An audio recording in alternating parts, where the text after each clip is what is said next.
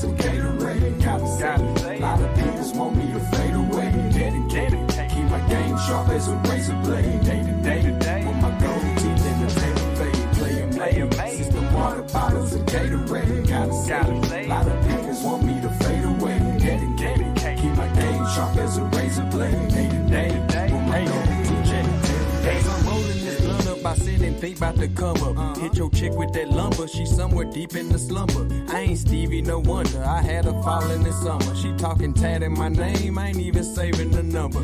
Hey, pimpin' meticulous, when you pimp it's a hit or miss. Vernacular snapping, she breaking bridges to get a kiss. Look what done happened, her nosy friend and got in the mix. She know I'm a hitter too, she tell him I plead the fifth. Play a maze, system water bottles and Gatorade. Gotta say, a lot of niggas want me to fade away. Dedicated, keep my game sharp as a razor blade. Day to day, with my gold teeth in the paper fade. Play a maze, system water bottles and Gatorade. Gotta say, a lot of niggas want me to fade away. Dedicated, keep my game sharp as a razor blade. Day to day, with my gold teeth in the paper fade. Mention my pedigree with my mental telepathy.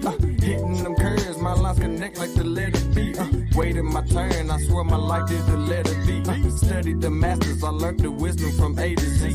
Books is still something, I still instill in the women. If you can hold up a combo, then we can make us a killing. Close your eyes and just listen to these tricks when they tricking. When my chicks looking good, it's like them bricks when they flipping. Because I'm playing maze, system water bottles and Gatorade. Gotta say, a lot of niggas want me to fade away. Dedicated, keep my game sharp as a razor blade. Day to day, with my gold teeth in the table fade. Play a maze, system water bottles and Gatorade. Gotta say, a lot of niggas want me to fade away. Dedicated, keep my game sharp as a razor blade. Day to day, with my gold teeth in the table fade. Play a maze, system water bottles with Gatorade. Gotta say, a lot of people want me to fade away. Dedicated, keep my game sharp as a razor blade. Day to day, with my gold teeth in the table fade. Play a maze, system water bottles with Gatorade. Gotta say, a lot of people want me to fade away. Dedicated, keep my game sharp as a razor blade. Day to day, with my gold teeth in the table fade.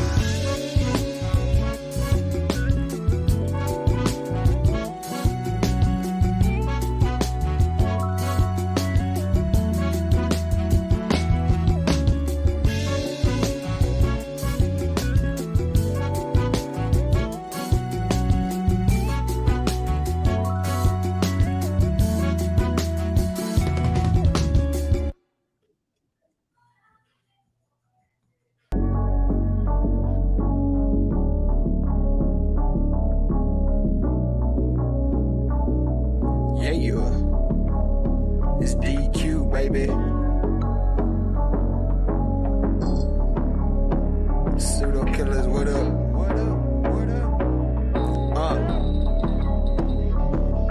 Check. Tapping in, what's the subject? Evolution or revolution, we ain't done yet. Laying flat like Sanchez, this a bomb threat. I know my flow like Angozi. Source up and show me, homie. You shut up and mute up a moment. The mad scientist, I'm knowing all the components. We own it, and we gon' off it if it's pseudo. You do know we don't entertain that keyboard judo. That big Bobby banger out of Baltimore. Done it all, shop before. Sold a little something, but I taught you more than your average teacher. I had to reach you at your level to bring you up. No devil can ever beat you. With precision of a magi, the information supplied by some guys get debunked on live. CK and Juju, I chill in the cut. But if you boys wanna fade, then I'm chefing you up. I organized lie, the beats are disorganized truth every time. Kudos, who those niggas? Decorated pseudo killers, space age Africans, back again. An organized lie, the beats are disorganized truth every time. Kudos, who those niggas? Decorated pseudo killers, space age Africans, tapping in. I always been fly, that's an actual omen. You can catch me in the sky, ask Anthony Bowman. He see me with his telescope, I was actually floating off some good kush. The Sabio is actually growing. See, Gullah and Kent is where the money gets spent. Them boys got some books that cost as much as your rent. The second verse should be smashed Rockwell, but I rock well. Underground like some Marion Rockwells. In the ring like I'm the Rockwell. Hell, create a different wave that can rock whales. Hell, shit swell like lunatides. My entendres off Gandra to who describe. Euthanize foolish guys. Scholastically, haphazardly. Turn your camera on and look me in my eyes. And please do subscribe.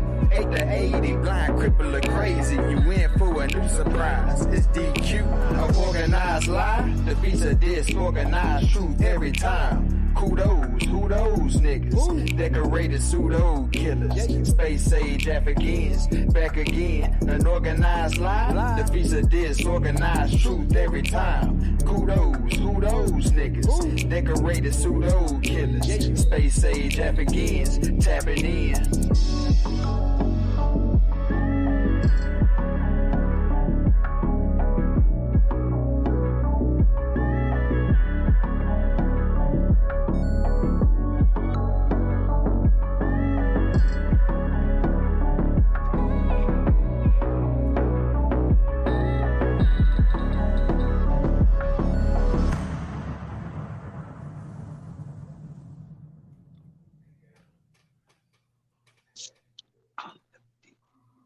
Man, y'all know what it is, man. It's well organized live, man. Defeats a disorganized truth. It's DQ, baby. Every time, baby. Y'all know what it is, man. We here, man. Pseudo Killers Official, man. Community of Skeptics, man. We doing it big in this Friday night, man. And we over here, man. And we doing what we got to do, man. Look, man. What's going on, Cedric, the scientist? What it do, man? What it do? You know what it is, but scientific literacy is the vaccine against the charlatans, the brain scammers, the hustlers, the charlatans, and the frauds. Let's get it. Man, let's get it on our way, man. We're going to get it, man. Yeah, we going to get it, man. Hey, Juju, what it do? What it do? What it do? You know what to do. I'm always chilling and acting a fool. But we gonna bring that scientific literacy the best way we can, defeating y'all every time with these sources. Yeah, I'm gonna work on my intro. Always. You said you'll work on it? I'm gonna work on my intro. It's gotta be popping. All heroes need a good intro. Yeah, always. Yeah. Always dying there. So, oh man. And we got it. You had one already. I don't know. We'll talk about it. But Wait yes. What you doing? Uh-oh. You going fast. Oh, I was finna do it. That's why I was finna do it. That's why. You was going to do the thing. Go ahead, do your thing. Yes. And we got another lady killer on the panel. My sis, Miss Tiffany. Yeah. You can't mess with something like that. Go ahead, do it again. Go ahead. All right, I'll let you do it again. Go ahead. We don't Go want ahead, to break. one more time. We don't want to break the whole No, do it. I'm mojo and the juju and the formula.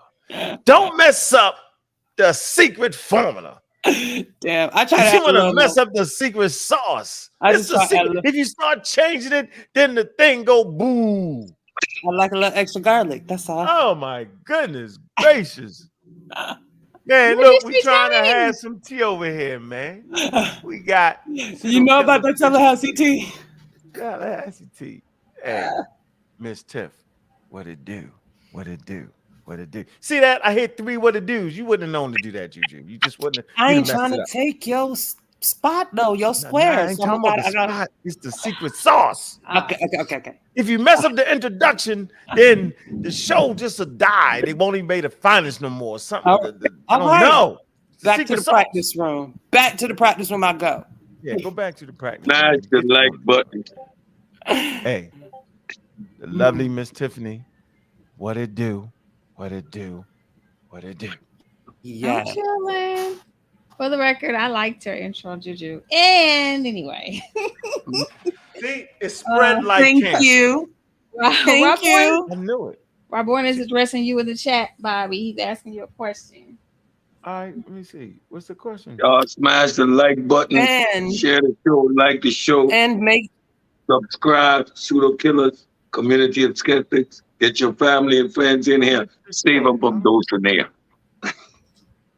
And we have a young lady in the audience, and she wants to ask you a question, and she asked it on the last show. So let's not forget to address her later. Well, yes, they were waiting on you to drop the link. They were waiting on you I'll to drop the link right now because we drops the link over here. Yeah. Rob Bourne, what did Rob Bourne ask me? He just said, did you see his text or something? Nah, you texted the wrong number. You didn't text somebody, Rob Bourne, because I don't see you at all. That's a Miss wrong Tina, if you number, can hear Rob. us, we about to drop the link for you, sis, so you can get your question. Said I wasn't gonna forget you. Oh, was she gonna hit the link or she playing? Well, if she's still around, she will. Let's see. Yeah, where you at, Rob Bourne? Yeah, you ain't text me, Rob Bourne. Maybe that was Oh yeah, no, that's Rob Bourne. That could be true story also. Nah, that's Rob Bourne. That's Rob Bourne. Got it. Yesterday, the Facebook. Let me look at it. What you doing, Rob Bourne? Oh, the Charles. Oh, okay. You went to the Charles Darwin. Where you at? Okay. We got to talk about John Edmondson also, y'all. Let's not forget him. Those are not my. I'm saying Charles Darwin was right when he said the favorite species would eventually win, and he was right because Homo sapiens is the last surviving species of the hominids. So we were the ones that were most successful as a species. Oh man. James is drinking on something good. You say you mix with Cambodian, huh? Cambodian. That's funny. What? Why nigga even looking at me hard to see what he think I'm mixed with? I ain't mixed with nothing, yo. I'm straight African American Baltimore. Right. Straight from Baltimore. Oh, hold on, Rob Bourne. Yeah, Rob Bourne. I can't let you. Aboriginal killer. These apples scared of Rob Bourne. Top cats ducking them. Yeah, they definitely Rob Bourne a master. Miss Betty got his whole genealogy on locks. His whole family and all that. Rob Bourne, one-handedly taking on all the apples. That is hilarious. Hey, but Rob Bourne, don't tell me about the interesting black people yet. Don't say it. What? I say it in there. I was in there I was in the library and I just happened to walk to go to the bar. Like, what's this? And they said Charles Darwin on page. I said, oh man, they got these big pictures of these black peoples up there. I was like, who's this black woman? I said, wait a minute. I said, I don't know about the Edmund, but who's this lady? I said, oh, what do we have here? What was they talking about? It's just that God did a 45-year thing of all of his writings. And it's like an exhibit where it shows you all the people that influenced him. Oh, yeah. From getting on the Beagle. So if you see when I'm pointing the camera at, a lot of times I wasn't talking, I just left it there. So the people, you could read it yourself. And then you see all of the women, the national, the what they called them back then, naturalists. And you see that lady, what's her name, Miss Kemp. And there's a whole bunch of them. You know what I'm saying? So I was like, oh, but when I saw them two big ass black pictures, I was like, who the hell is these people? I was like, nice. Yeah, I forgot about that exhibit. Where is it at again? Yeah, we gotta get some pictures in there. When I come to New York, we all going there first. We're gonna hit a couple. Yeah, I don't know how long that's gonna be up there though. Or the Met. That's in 40. No, I was on 42nd Street. I was in the library. I just went in there, brought my laptop, and then I was doing some work. And then when I was leaving, that's a nice exhibit right there. When I was leaving, I was like, "What's this?" Because that's not what that ain't in there every day. Right. So I don't know how long that's gonna be up there. Okay. I got something interesting that you might be interested in too, boy. Yeah, I didn't know about that black woman though. I didn't know about her. Know. Now we know, yo. Now we got it, man. That's hot. So Bobby, I don't know how to say the sister's name, but she's on the panel. She's the one that wanted to ask you a question since the other show. Oh, okay. What's she at? What's up? What's going on, sis? Shakina? Hello, can y'all hear me? Yes, Yes. we can hear you. Hello, how y'all doing? How you doing, Okay, so Selena? I've been wanting to ask you this for a minute now because Mm-hmm. I don't know too much about science, right? Okay. But just evolution itself logically just makes sense that Okay. we could have come from primates, right? Now, when I say that, I get challenged a lot by Mm-hmm. someone close to me, and what they Okay. say is that with Darwin's theory, Mm-hmm. with evolution, every time it evolves, it's supposed to get greater. Okay. And supposedly, I don't know if Darwin said this or not, Mm-hmm. but the black man comes first and the white man is at the apex, the last Okay. of the Okay. evolution. So I Mm-hmm. wanted to know, that's one question. What do you say about that? And also, what do you say about when they say that he recanted his, I guess, his views before he passed? Okay, so let's get the last part first. He never recanted his views on evolution because it was a scientific treatise. So Mm-hmm. you can't recant that because the scientific treatise has been proven with other scientists. So you Mm-hmm. can't take that back. It's already there, right? Mm-hmm. And in evolution, the answer to the first question is evolution actually has no direction. That's a misnomer. So tell that person that evolution does not have a direction. So there is no such thing as higher or lower, right? The organism is just simply fit for its environment and it just works good enough in the environment. That's it. So that's the misinformation. That's the stuff people were saying during scientific racism, that white people's at the highest apex and black people's this, that. No, it's not true. Another point I would like to make is that humans don't come from apes. Humans are apes.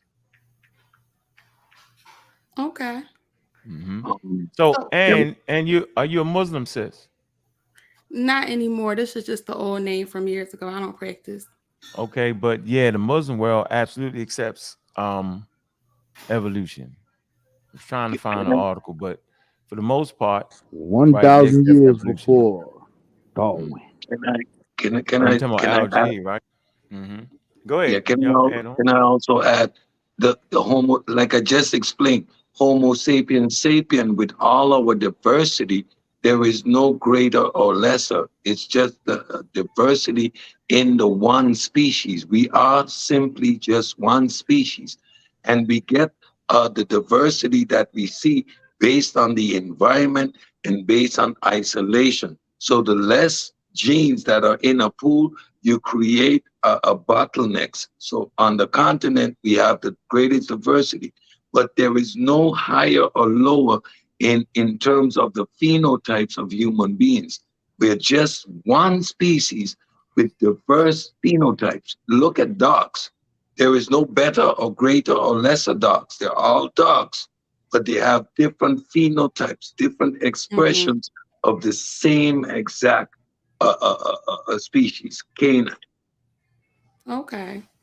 All right. Thank you. So just keep studying. Um, and that's just important because it's actually counterintuitive.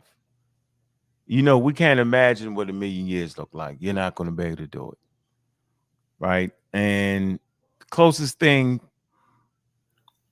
to it would be like, say, like they've seen evolution in mosquitoes. And let me explain this to you. So during World War II, all right, when Nazi Germany was bombing France, right? They would take at nighttime, right? They would go down in the bomb shelters, okay? But when they would go down in the bomb shelters, the mosquitoes would follow the humans in the bomb shelters. But when the mosquitoes got down in the bomb shelters, they had plenty of people to feed off of. All right, you know, they suck blood. When the humans go back up top during the day or whenever the bombing stopped, the mosquitoes didn't have to leave with the humans because it was plenty of water underground. So they laid their eggs in the pools of water, right? And the humans would come back down again. They would feed off the humans, you know, when Hitler and them kept bombing, right? Right. And after the World War II was over with, right? The mosquitoes didn't have to come back up no more because it was plenty of water down there. They didn't have to leave, right? And over a 50-year period, what they realized is that the batch of mosquitoes, that those first mosquitoes that came from, right? By the time they examined the two, right, the mosquito had actually changed. It had actually evolved into a separate species of mosquitoes that could barely mate with each other. So they see it in real time, right? So evolution is not only a theory, it's a fact. And it's what we have to do is we have to define words and terms, because this is where everybody mess up. And then it's your religion that will stop you from seeing it. And then your black algae that will stop you from seeing it. And it's going to be a lot of people in your ear trying to mess it up. That I don't know why. People that are claiming to be natural should understand how natural it is to be connected to every living organism on planet Earth.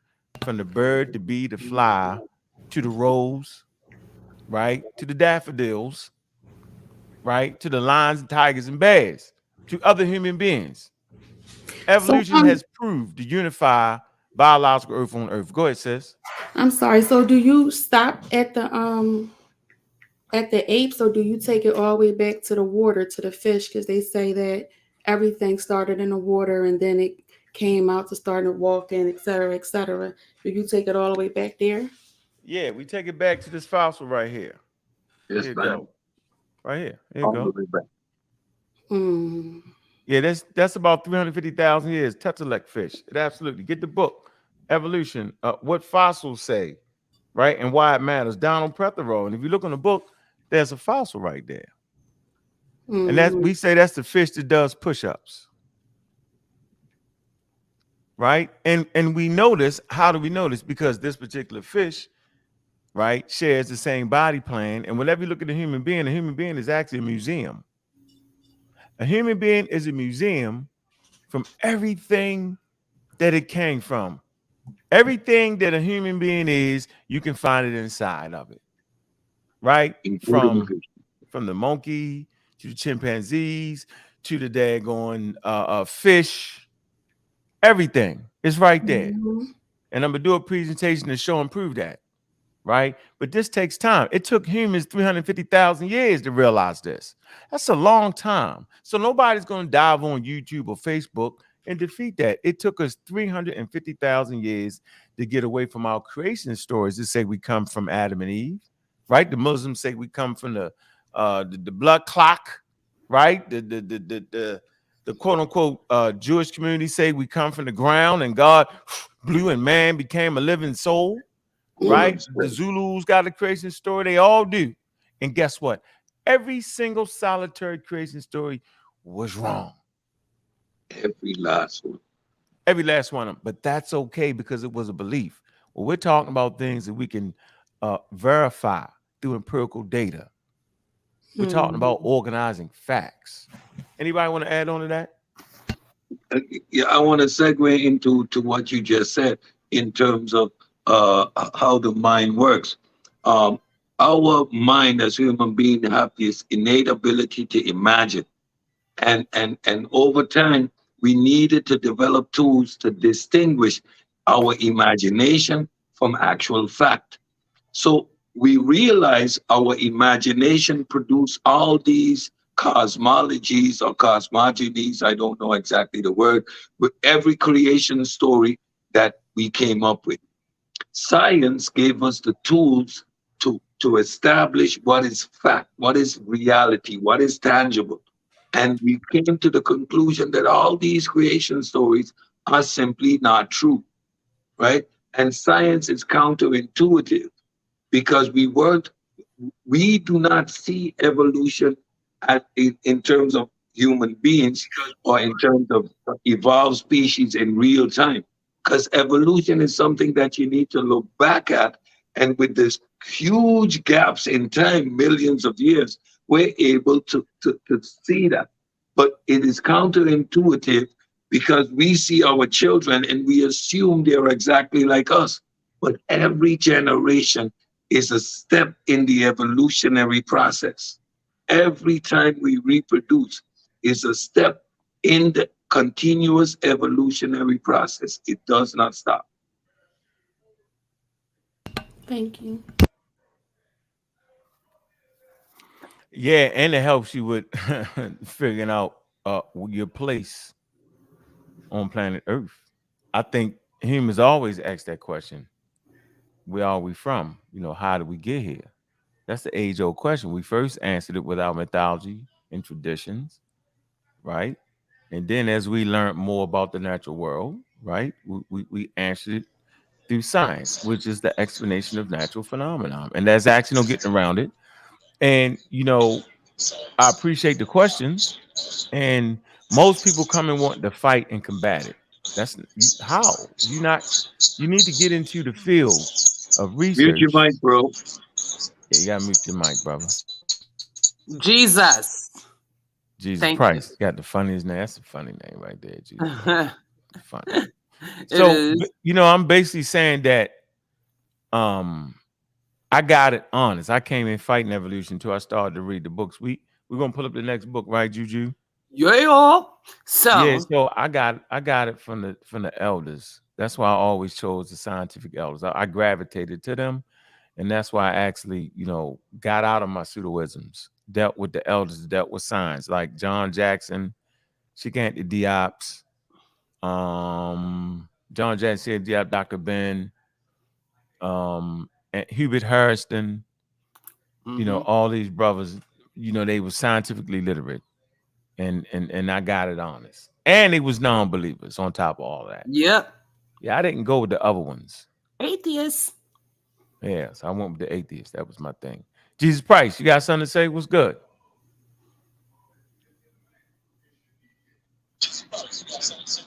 I can hear you. One love, Jesus Christ. What's up? Damn, that voice. One love. Yo. One love. Mute your mic. Turn your YouTube off, my brother. Turn your YouTube off. Mute your YouTube.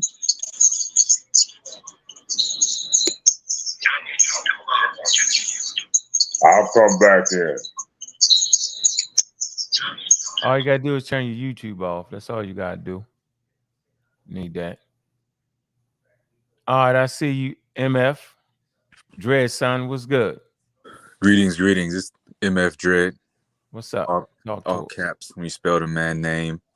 Yo, so I saw that we were talking about evolution, and I was just having this conversation with my father yesterday. So this conversation is happening all the time. It's perpetually being discussed, and I appreciate the fact that we got some knowledgeable folks and diverse perspectives kind of converging.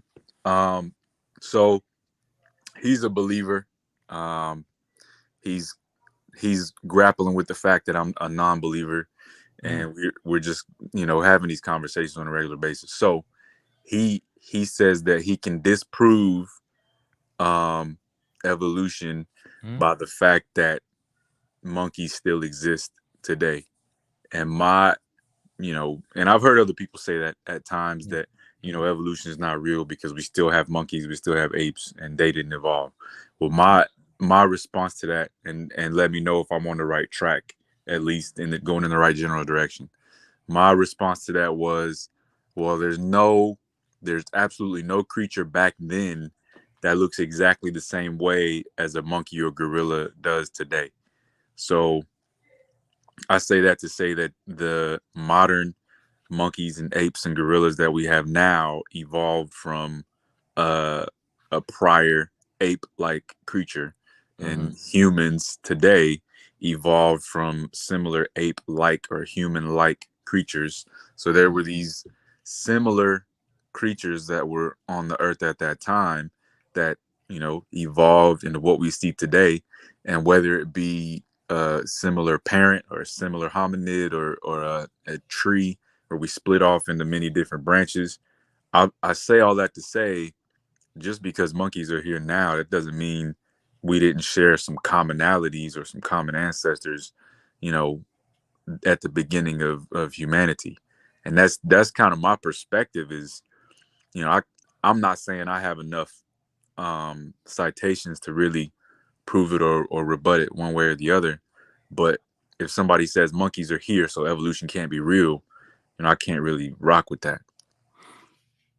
Yeah, that's just wrong because humans don't come from monkeys.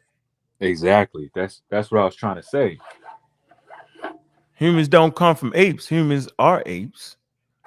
And there's reasons why. And Could be that whatever we evolved from, right, could have went extinct, but it doesn't mean that, because we can look at the gray wolf and you can still find a type of gray wolf living today. And all living dogs, right, descend from gray wolves. So people will say anything, but what they can't do is bring you the empirical data. So we've actually seen evolution occur, right? I just gave an example where we track the mosquitoes. You can also go with Charles Darwin finches. I'll bring it up later on, where in the Galapagos Islands, right? This was after Darwin, probably from 1971. They were studying Charles Darwin finches, right? And they found out when the drought came in, and they was going around finding a lot of the birds was dying. But the birds that was actually living was the birds that had bigger beaks. I'm gonna say this again. A drought came in, meaning a lot of the plants and stuff wasn't necessarily growing like it's supposed to, right? And a lot of the birds was dying off because they couldn't get to their food, right? But the finches that did survive was the finches with bigger beaks. They figured that out. They measured the beaks right there. And then the young, right, the ones that they gave birth to, when they measured, also had bigger beaks. But they found out as those with the smaller beaks didn't make it, right, because they wasn't able to eat the larger seeds, right? They was feeding on the seeds that required a lot of water, the smaller seeds. But when those crops stopped growing like that, those birds couldn't eat. So over time, those with the bigger beaks that could process different varieties of food made it to the age of reproduction to give rise and send those genes to the next generation that had larger beaks. Then watch this. The weather changed, right? And an abundance of rain came. And guess what happened? Now, crops is growing all over the place, right? Different plants growing all over the place. And now it's a disadvantage to have those big beaks because the seeds are smaller. And so once again, you start to get transformation over time that those with the smaller beaks, right, survive, those with the larger beaks didn't. This is natural selection. So we have observed evolution. We've done all that. We fit all the criteria. Interesting. Jesus Christ was good.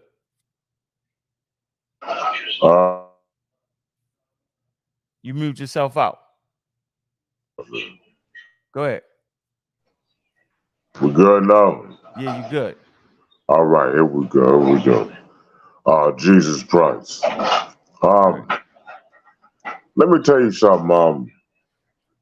How I found you, Banger. You was Ankh at first, okay?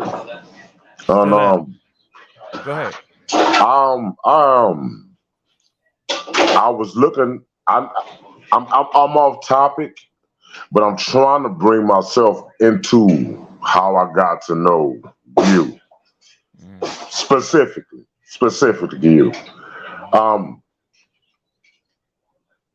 I was torn between religion. And I was a Christian at first, and I couldn't find no black people that were atheists. And I was like, man, and the shit was hurting me. It really was. And I'm like, man, it took me like 2 years to really fall back from it. But then I found you. It was on a show. I can't remember what the show was called. You were sitting behind the desk and you asked some other people, whatever the case. I wanna. Black Atheists of Atlanta. That's the name of the show. Okay. Well, that's what it was. It was on cable TV. Well, let it be known, but because I can't remember what it was. I just knew that I had another black atheist because I was looking at people like Aaron Ra. Well, I got his book. You know, all of them. Because it wasn't no black. It wasn't no black. Yeah. I got it too. I got that too. It's a good one, ain't it, yo? Man, small joint, fire. And they look, can't nothing beat up nature. Can't nothing beat up nature. And when I say nature, I'm speaking scientifically. Right. Can't nothing. Hey, like you said, I always say, and I'm gonna land my plane, let y'all talk, because I just wanted to say this, and then I can come in later on. Once you leave religion, the only thing that makes sense is science. Yeah, stuff. Yeah. Once you leave religion, the only thing that makes sense is science. And I'm gonna leave it there. I'm gonna leave it there. On that one. That's a bomb dropper. Hey, I said that. He said that years ago. Years ago. He said, once you leave religion, the only thing that makes sense is science. That's what's and up. I've been living by that throughout here. Now y'all go ahead. I'm about to mute myself. All right, thank you, Jesus Christ. That voice. Jeez. Yeah, the natural world is important, man. We live in the natural world. We're affected by the natural world. Our problems and our solutions occur in the natural world. So why not use the tool that gives you the best lenses to understand your natural world? And it is what it is, man. What's up, Chris? What up, dog? What up, dog? Oh, I heard MVP. a clip. What up? Building. Oh, I heard a clip, man. Hold on. Let me do my voice. Me. Hi, Tiffany. That was cute. Do you? That was for you. Nah, y'all chill. Peace, Tiff. Y'all chill. That's been a 3-year joke. Every time I see Tiffany, I say, hi, Tiffany. Oh my girl will flip out. So, yo, I was telling Jolanda the other day, I said, you owe me an apology. I said, you owe me an apology. Now, because I came on that panel trying to put a shield up for you because you was being attacked by the pseudos from all sides up there. And I said, she finna run to the taxonomy argument with the canine. I saw it coming when she read that article. And there it was. The minute y'all got to the dogs evolved from canines, she started playing with the word canis lupus. And she didn't even know that was the same thing. So you owe me an apology. Because I was trying to... You was like, Chris don't even believe in evolution. And I said, what are you talking about? You cut me off and you wouldn't even let me speak. You didn't even give me a chance to speak.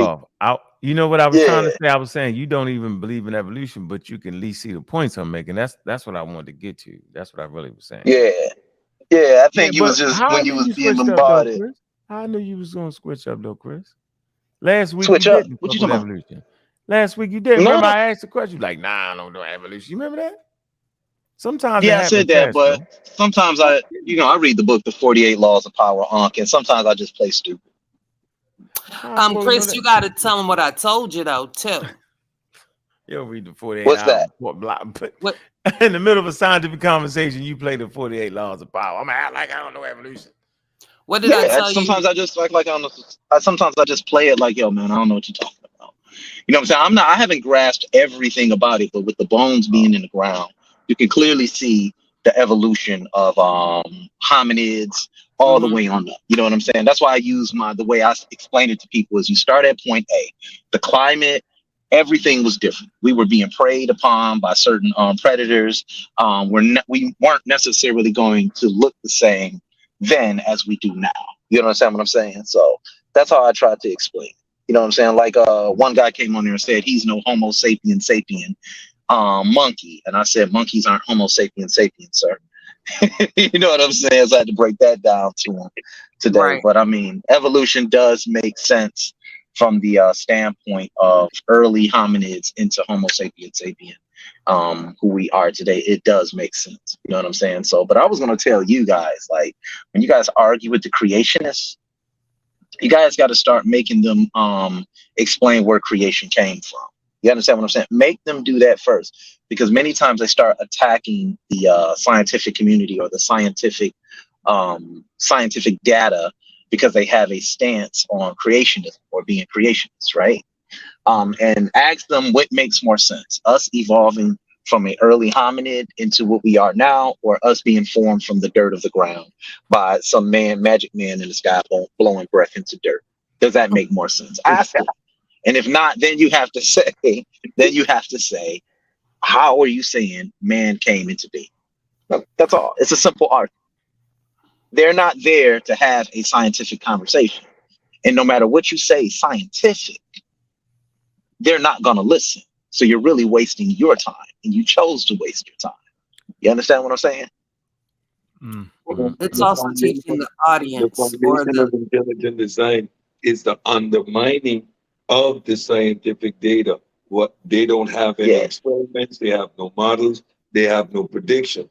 So what the creationists and the intelligent design people do, they try to poke holes in the known science. So you get these questions now. This isn't actually true, or they like to reside in the God of the Gaps area, which is in nowadays abiogenesis. So you have people like James Tour, who's trying to undermine the whole principle of evolution, because we don't have a complete theory for abiogenesis. This is disingenuous at best. I keep pointing it out. Lex does it all the time. He tries to undermine the established data.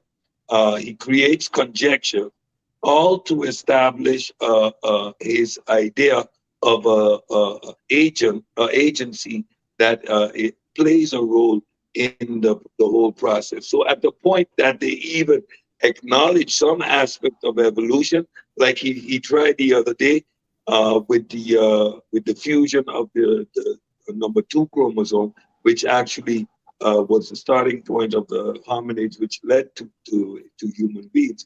He tries to say that all other areas it breaks naturally due to exposure, radiation, etc. But in this specific case, it was removed. Now, when you use lingo like that, you're implying agency, and then you're being disingenuous, because we understand that breakage in chromosomes happen all the time. But this particular fusion led to a viable offspring that reproduced. And over time, we have the establishment of the hominids. So the question, the one question I do want to ask, though, I wanted to make a point before you move. Before you move, I wanted to make a point to what you said before concerning, like, we wasting our time. But so we ain't really, me in particular, I'm not really concerned about the pseudo, because, particularly some in the community, you got, I'm saying, I'm always thinking about maybe the person in the audience who's listening, who have similar questions like Jesus Christ expressed, are looking for a home because maybe their ideals don't fit the ideals of the people around them or their family. You know what I'm saying? And they feel isolated. And also it's to, we don't want to say teach, but it is. It's to educate, or at least provide the resources for those who want to know more, because we are not the experts. So, that's the major goal. You got what I'm saying, Chris? That's where we're really going with it. Because, at the end of the day, we not gonna die. They're gonna be the ones dying at the source that they gave us. We know that. Yeah. You get what I'm saying? Yeah. No, I got you. But sometimes I just don't waste my time with a lot of stuff that's not going to go anywhere. But I do want to ask the question concerning Darwin's scientific theory. And it's just a question concerning hypothesis. And to Mr. Love This Show, yes, we have a common ancestor with the ape. I can acknowledge that. I don't know why people he's being disingenuous. We have shared a common ancestor. Oh my God. Stay out the chat. Right. Stay out the chat. Yeah, right. Like you told me, right? Okay, so let me say this. When you're dealing with scientific theory, facts hypotheses are formed around scientific theories. I'm correct? No. Hypotheses They're not formed around observable phenomena. So we have a particular phenomenon, like hold on, you're moving too fast. Slow, Cedric, hold on. Repeat that. You was talking real fast. Say that again. We have any particular phenomenon. For example, why does water freeze? Why does water become ice? That's a phenomenon. Mm-hmm. Now we create a hypothesis. The hypothesis is when the temperature drops, the molecules in the water move at such a slow rate that they actually reach to a point that they almost stop moving. And because of the structure of the molecules, this forms this hard block, which actually expands out, right? This is the explanation that we create. This is the hypothesis. Now we execute a test. We put a amount of water in a particular space that is very tight, and we freeze it, and we see if its volume is going to increase. Now, if the volume increases by dropping the temperature, we have now an experiment which established the hypothesis. Now, you're going to make a prediction. The prediction is, now, if my hypothesis is correct, if we now increase the temperature, the water should revert back to its liquid state. Now, this is the prediction. The prediction now is going to make my solidify this whole thing in a theory. Now, the theory is going to build these bodies of fact. The fact of the matter is, if you drop the temperature, that's a fact now, the water is going to freeze. If you increase the temperature, this frozen water is going to become liquid. You continue to increase the temperature, this liquid water is brought to a gas state, right? These is how now we establish the facts, and these facts are explained in the theory of how we call it thermal. So the scientific, yeah, right. So now, scientific theory and hypothesis are not in a scientific hypothesis is no. not So the synonymous with one hypothesis another. is the beginning. The hypothesis Okay. is my explanation prior to testing. It is solely based on observation, or an observation not necessarily visible, but through measurements, etc. You have different forms of observation. You form a hypothesis, and this hypothesis now needs to be testable. Once you can test it, you verify it. It either substantiates your hypothesis or it renders it false. This once you do these experiments, this experiment will provide you with a certain amount of facts, and these facts now, in this whole collection, the hypothesis, the experiments, the facts are all accumulated in what we call now a scientific theory, the germ theory. You know, this is now when we talk about a scientific theory. It is at the end of this whole process. We start with a hypothesis and we end with a theory. That's why Unc said the other day. Okay, Now that makes sense real quick. When So Unc said that the theory organizes the facts. That I didn't understand that then, but I understand that now. Thank you. Bingo. Ding, ding, ding, ding. yeah, because that was the reason why I was asking that question was simply because there was a lot of confusion on the panel the other night about scientific theory and scientific fact, hypothesis, and how all of these things are related to one another, how they relate with one another. So thank you. That's all I was asking. So thank you. So they're not synonymous with one another. A hypothesis and a theory is not synonymous. No, and the Scientific law hypothesis neither. and a scientific theory is not. Okay, And the thank you. law Don't say neither. what? Yeah, Law And the law neither. neither. They're all different. And so guess what's decent though about the whole thing? First of all, the confusion on the panel was forced confusion. That's why we call it scamming. Because you scamming our intellectual No. Listen. I was trying to learn the difference between Not you. the three. He's talking about No, I another- know, but I wanted to be sure that the reason why I was listening and just growing frustrated with the panel is that it seems like people had different definitions of scientific theory, and I'm like, what is going on here? No, that You know what I'm saying? that's the flammery, right? And so a law is not a theory, and a theory is not a law, and a theory will never be elevated to a law. A law is not the highest, right? They're just separate. Remember, we talk about what a theory organizes the fact, right? Gravity, the law. It happens so much, no matter how much you test it, it always happens. But what's the why? The theory explains why. Why? How does it work? You know what I'm saying? So yeah, it just takes time to actually get stuff, and people can. That's the world of the pseudo. They can get into that because it's counterintuitive, and they can mumble jumble and fake it out, but you always catch them if you're patient enough. You can always catch them because they always cheating on purpose. This is done on purpose. All right, well, thanks, guys. I'm gonna walk in here into this bar over here. So thanks, guys. Peace. Man, Thank you for don't having drink me and on. drive, yo. Do not drink and drive. Thank you for having me on the show the other day. It was fun. I appreciate it. He in that bar, he out of there. It wasn't that funny. He gonna get that drink in. Don't drive drunk. No comment. Yeah, I was trying to find something. Let me see. Man, I wanted to find this. This is important. Well, you don't. Can I get to it and you can find it, or you want me to wait? Yeah, go ahead. No, go ahead and get. You ain't gonna be able to get to it. It's different. Yeah, go ahead and. You got to share my screen though. All right, you didn't put it up there yet. It's up there. Oh, I lied. Hold on, let me get it for you. Let me get right. Let me get right. Let me get right. I got a little something for you. You want to hear? Here it go. Dámelo dulce. What? Dámelo dulce. Give it to me sweet.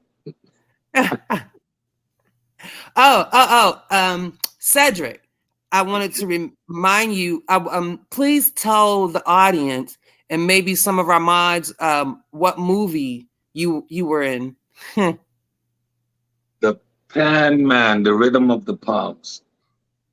Okay, because someone asked earlier, you know, if you can type it in the chat. Unc, I'm ready. Share my screen.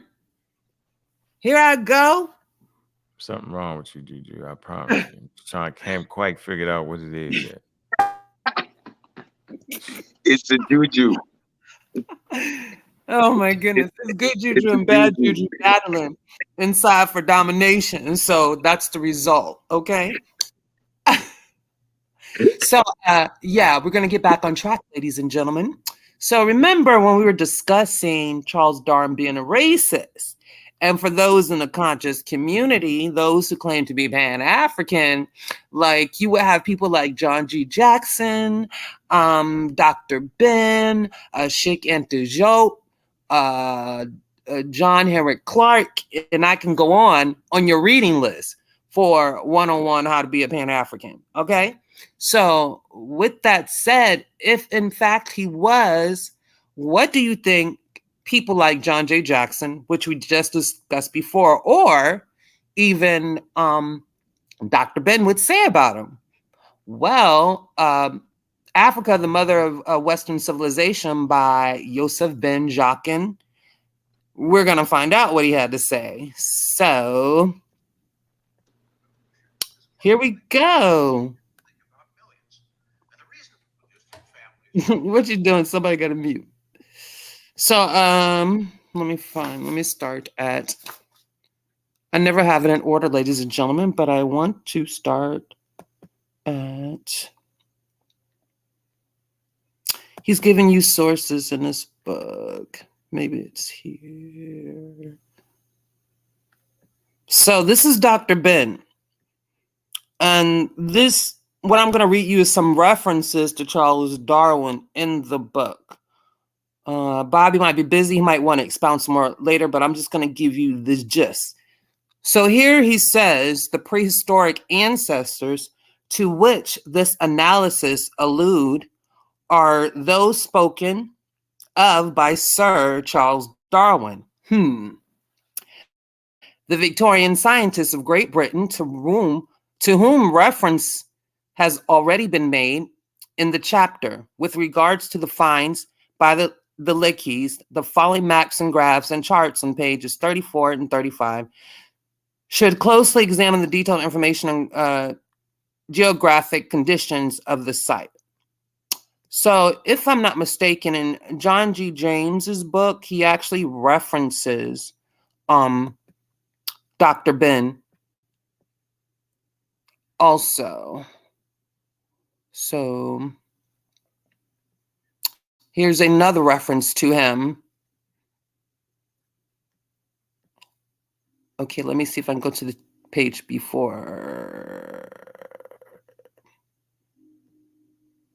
You had it. I mean, you was reading the highlighted stuff. Yeah, it just highlighting his name though. Oh, I got you. I wanted to start at the beginning of this sentence. That's everybody's favorite book too. Oh, this exposes the major problem faced by those who followed the baseless statements by the Jeffreys and the Wenders, those who would remove every trace of the indigenous Africans, Negroes, but find it impossible to remove the pronounced Negroid African strain from the light-skinned Caucasian, especially of the Mediterranean region.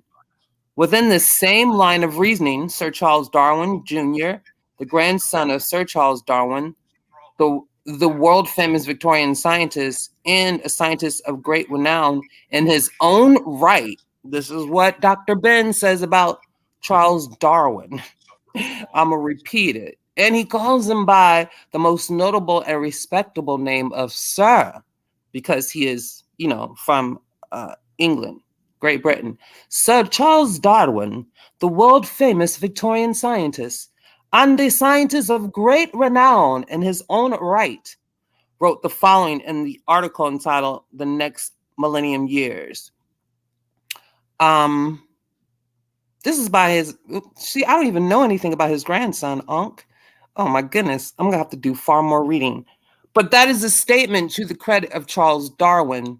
Also, doesn't sound like he was much of a racist. If he was, again, I would think that John G. Jackson and or Dr. Ben would have mentioned it and had way more to say than what they're saying.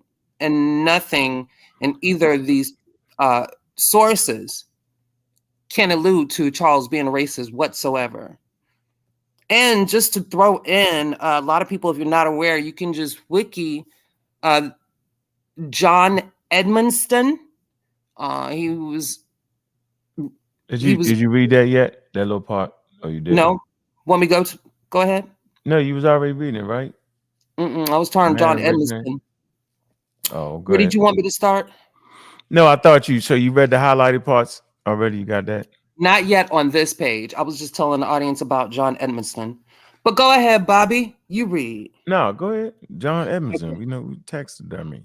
Yeah, taxidermy. But he was also of African descent. He was a slave, actually, who was shipped to Scotland, got a little education and became somewhat of an expert in taxidermy.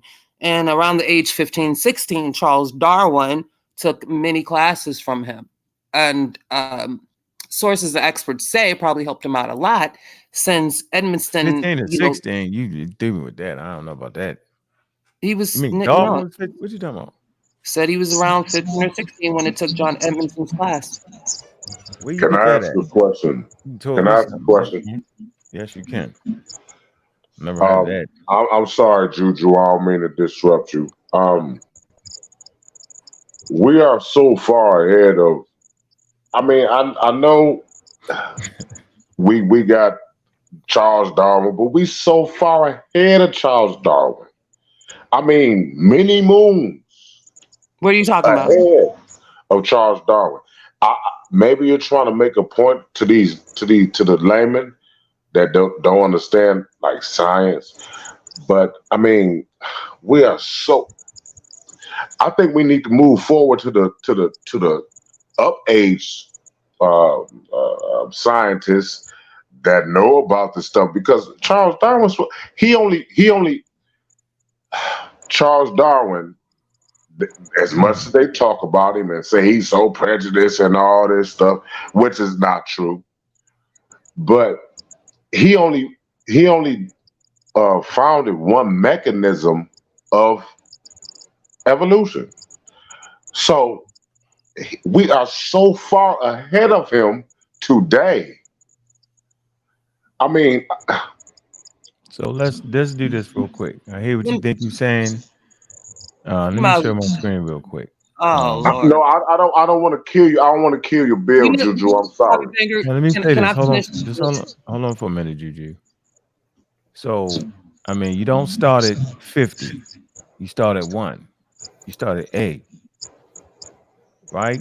And so his book, Charles Darwin, right? Look, his work. I know all this. Let me finish though. But somebody else might not know it. And imagine if I did it like that early in the game for you. So we need to know that the work, Charles Darwin's work, is a scientific literature by Charles Darwin, right? That is considered to be the foundation of evolutionary biology. Now, what about before Darwin? You gotta let me We got finish, people though. before Darwin. Yeah, but you can't cut me off, yo. Because now I'm sorry. Friendly fire in this motherfucker. We ain't doing it like that. I'm sorry. Yeah, we can't. What about people before Charles Darwin? We're gonna get to that. Okay. But he's the father of evolution, though. What about that? He's the father of one mechanism. That's fine, but without that mechanism, you don't get to the next state. Remember how nature goes, right? Like, you don't get to where we at without Charles Darwin. You don't get to where we at without the Greeks talking about that, right? You don't get to where we at without Al-Jahid. So I'm saying it's building upon understanding nature. You cannot skip steps in nature, so we can't skip steps here. You want to talk about what the genes, right, and alleles and frequency and the mutation, but then at that point, they don't even, let me finish. They're not even understanding what a scientific theory is first. So we got to start right here. Charles Darwin is key to defeat your black algae, because it's your black algae that won't allow you to see that it was a white person that looked to Africa for the humble beginnings of Homo sapiens sapien. If you can't defeat that, you can't even understand it. So I teach Charles Darwin because everybody does it at the highest level. But I'm in England, they start with Charles Darwin. When you go to the library, they start with Charles Darwin. So we not past nothing, because it's the cornerstone of biology, natural selection. It's the cornerstone. So if we teach them biology, you got to start with the cornerstone, right? It's also what is it's the foundation of evolutionary biology. Now, why is this important? And I was trying to find a source, right? Because at the end of the day, we are surrounded by pathogens. We're surrounded by disease, right? And these things evolve. We was in a pandemic. If we understood Charles Darwin, how many people could have been saved in the black community instead of their life expectancy going down 2.5 years if they'd just understood who the hell Charles Darwin was and what the hell was going on? They didn't. People lost their life, bro. So for me, maybe for you, you might want to start with epigenetics, right, or something like that. No. So okay. So my point is, we're in the midst of a group of sisters, right? One in particular being a little bit too big for their britches, miseducating the community. You got people like Lex. He's lying. He's scamming. You got people talking about Charles Darwin is this and that. But wait a minute, this man overthrew scientific racism with his theory. We got to talk about that.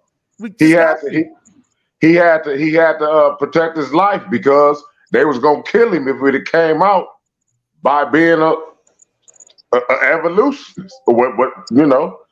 If he'd have came out with what he said, what he figured out, they'd have killed him. I mean, I'm talking about the Christians. But guess what? And Charles Darwin, for black people trying to learn black history, how the hell you gonna learn black history if you don't understand African history? And how you gonna understand African history if you don't understand one of the first persons that said human beings come from Africa? How you gonna do it? And I'm saying, I didn't start there with my studies. I was getting misinformed by some wild shit. So I feel like I should be the example to show people that you don't got to start off with some wild pseudo-isms. And you got to start with it. You got people in the first grade with this. You might have graduated, but we're talking to people in the first grade. And it's essential to get the basics. Yeah, I hear what you want to do. No, I feel you. You said we taught the people in the first grade. With this subject, with this understanding, we're trying to get their history. People don't even realize that just like we got different breeds of birds, they don't realize that different humans lived on Earth together. We lived on Earth together, different humans. This is true. Why you talking about we that? are just the Darwin told you that. okay. I'm going too far. Was actually right. Am I going too far? No, you was right, but that's what Darwin was trying to say. He made a prediction about that. Remember? He made a prediction. Okay, I'll be quiet. I'll be quiet. And we, as Homo sapiens, we beat the rest of them up. So Charles Darwin's prediction of the favorite races was right. The species Homo sapiens sapiens outlived the Neanderthals, the Denisovans, all these other human species that we live next to. So his prediction was actually right. Homo sapiens sapiens, the species, not the diversity that we see, the species was the one that won the race of survival of the fittest. We were best suited for this environment. This just is what it is. We were best fitted. I mean, we learn more, I guess. You know, I really don't know, but I know Homo sapiens. I ain't gonna say Homo sapiens. I'm gonna say ape sapiens. We live together. We roam together on the earth, just like different crickets, just like different ants, just like, you know. But we're the only ones left, and that's just the truth, and that comes through evolution. And I'm a firm. I don't believe in evolution. I don't believe it. I don't believe in science. I trust it. See, that's the difference. There's no belief required with regard to science. You have to apply the science, and you come into a place where you know. And our trust in science is based on the repeated success that it has proven. There is no other tool that the human being has developed which gives us a better understanding of nature than science. We cannot rely on our conceptual ideas with regards to our belief system because they have proven to be valuable and not work. Now, science has proven to provide us with the necessary tools that we need to be where we are today. Let's face it, with the pathogens all around us, without science, we wouldn't have came to the point where we can develop RNA technology, which is now a paradigm shift in how we combat illnesses. The HIV trials are in far developed stages based on this RNA technology. Different types of cancer are being targeted with this RNA technology. And it is because of science that human beings in the 21st century have a life expectancy of 80 plus years. It was half that just a century ago. So why would we engage in science denial as Black people? I keep saying, based on my bachelor's degree in applied science, I have done so much for my community. And we talk about the conscious community wanting to do more for your community. 4 years of any college within the STEM environment. Shout out to Dr. Mayat. You can be something that produces and provides for your community, not only for your personal family, but for your community as a whole. Like, this is why we promote science, and science denial is counterproductive. And my question from today is, what is your end objective? What are you trying to accomplish, Lying Lex? What are you trying to accomplish, Dulcinea? What are you trying to accomplish, Ali Mohammed? What is your end game in selling our people misinformation that we can discredit in real time? Bobby Banger, can you share my screen so I can finish? You sound like you about to fall out or something. I just want to finish. I just want to drive home. You eating them edibles over there, Juju. No, but I got one more piece left, and I might do it today. Yeah. Oh my goodness, boy. Well, I tell Yeah. you, man, what the hell's going on? What is going Yeah. on? All Share right, the let's screen. go. So the significance of this book is that this is a book written by a black man. And this particular black man, everybody loves Dr. Ben. And Dr. Ben is where I first learned about Charles Darwin. So why did he put it in his book? He could have left it out, right? Why did he put that there? Because he was trying to guide you to the origin of humanity, right? You could feel a certain way. Remember, they were still fighting over that back in the 70s, man. Even though the scientific evidence had made its stance, man, but we were still getting mistreated. So the question is, well, did understanding evolution help people treat us better? What it did was it helped you treat yourself better, because once you start to understand your story, you can safely understand where you at, and then you're not supposed to be feeling all inferior. That's why you don't hear me talk about what white people is or even caring about the color of somebody's skin at this point. It's not even important. What's important is that you recognize who you are and where you at, and how you gonna take care of that situation. Food, clothing, and shelter, and protection of that. Confidence. Go ahead, Juju. Listen, Baba Smiles taught me land, labor, and resources after that, but I'll leave that for another day. Tab with your food, clothing, and shelter. But I urge people to get this book, because I'm just showing you where Charles Darwin is mentioned to give you all context. If our elders, thought that he was racist, I don't think they would be referring to him in the manner that they are. That's just my point. So I only have, I'm probably going to end it here, and then we can move along.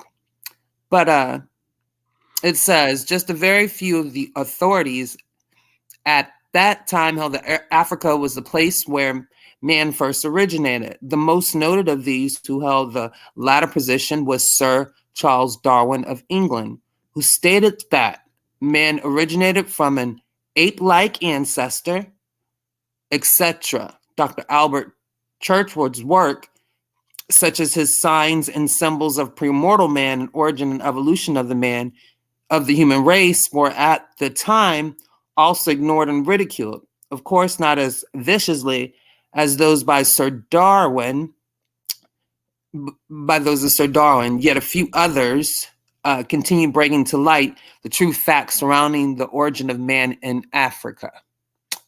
So, yeah.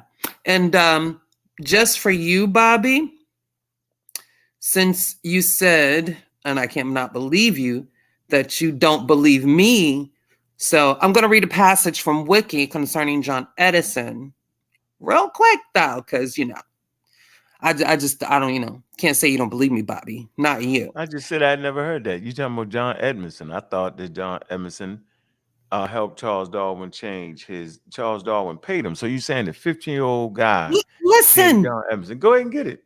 Go ahead. Listen, okay? So first, to preface, so during those times, people, specifically men, went to, higher levels of education, or what we call a college today, like earlier ages. It's, the education system is not exactly the same, okay? Go get the course. Oh, it's in Wiki. Look up Wiki Edmonston and go down a little bit, but I'll start. I think this would be like the You're not second paragraph. You want? No, I didn't. Huh? You got the book up. I thought you were gonna put it up. Oh, okay. I'll put it up if you. I don't trust you right now. I don't trust you. See. Let me. I'm forget it. Give me. Wait a minute. Charles Darwin was studying to be a daggone surgeon. Yo, at 15, I never heard that. But go ahead, Juju. Whatever.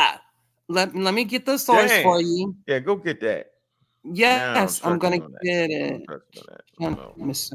Yeah, those days they would start apprenticing real early based on your family's dynamic, and then they would entertain college a little bit later. Nah, yo, he was great. Go off to medical school. What be are we quiet. Talking about? I'ma shut up. Edmonston probably changed a little bit of that. Let me school you, Bobby. Yeah, he did. You don't gotta school me on John Edmondson. He absolutely did. He talked about the diversity in the rainforest and taught him taxonomy. So that and so Darwin didn't have a problem with being taught by a black person. He was so damn racist, and he paid him good for it. That's how racist Or his he was. family. So I'm going to share my screen now. It's slow here. Here I go. You can just read it.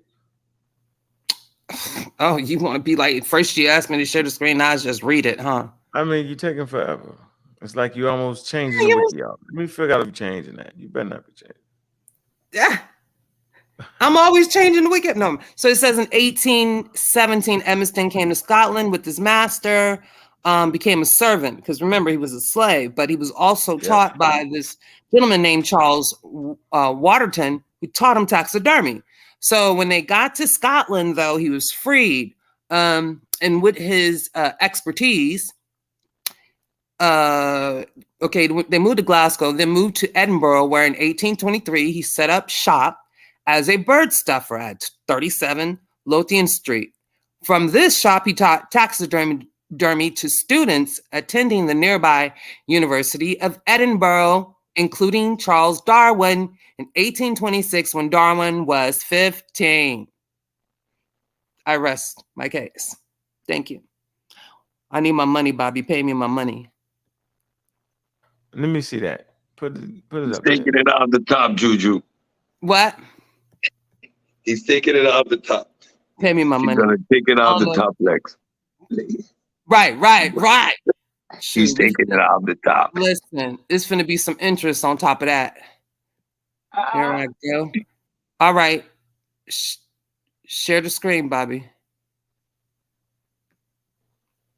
And I learned something. You see that? Where we at? Okay, 17. Hold on. The master, hold and stop. Emerson. The servant. Let me see the top. Let me see the top of the article first of all. Make sure you ain't making something up. Go ahead, read it. All right, Scotland. Hold on. Having come there, freed. Okay.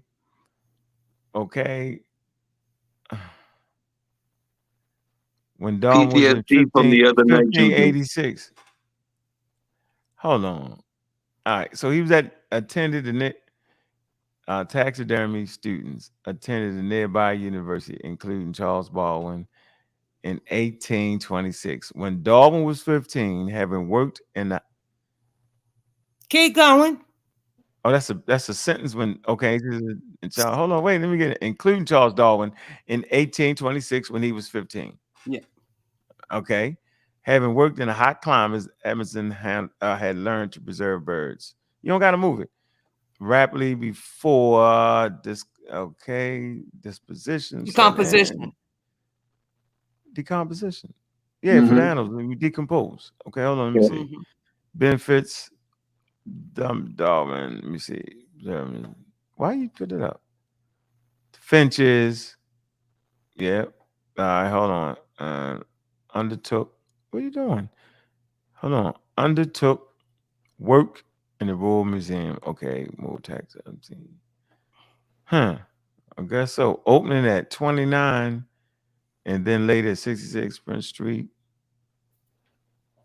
This is what we call the after effects of being on Scrambled Minds. He doesn't trust you. You he needs to read it for himself.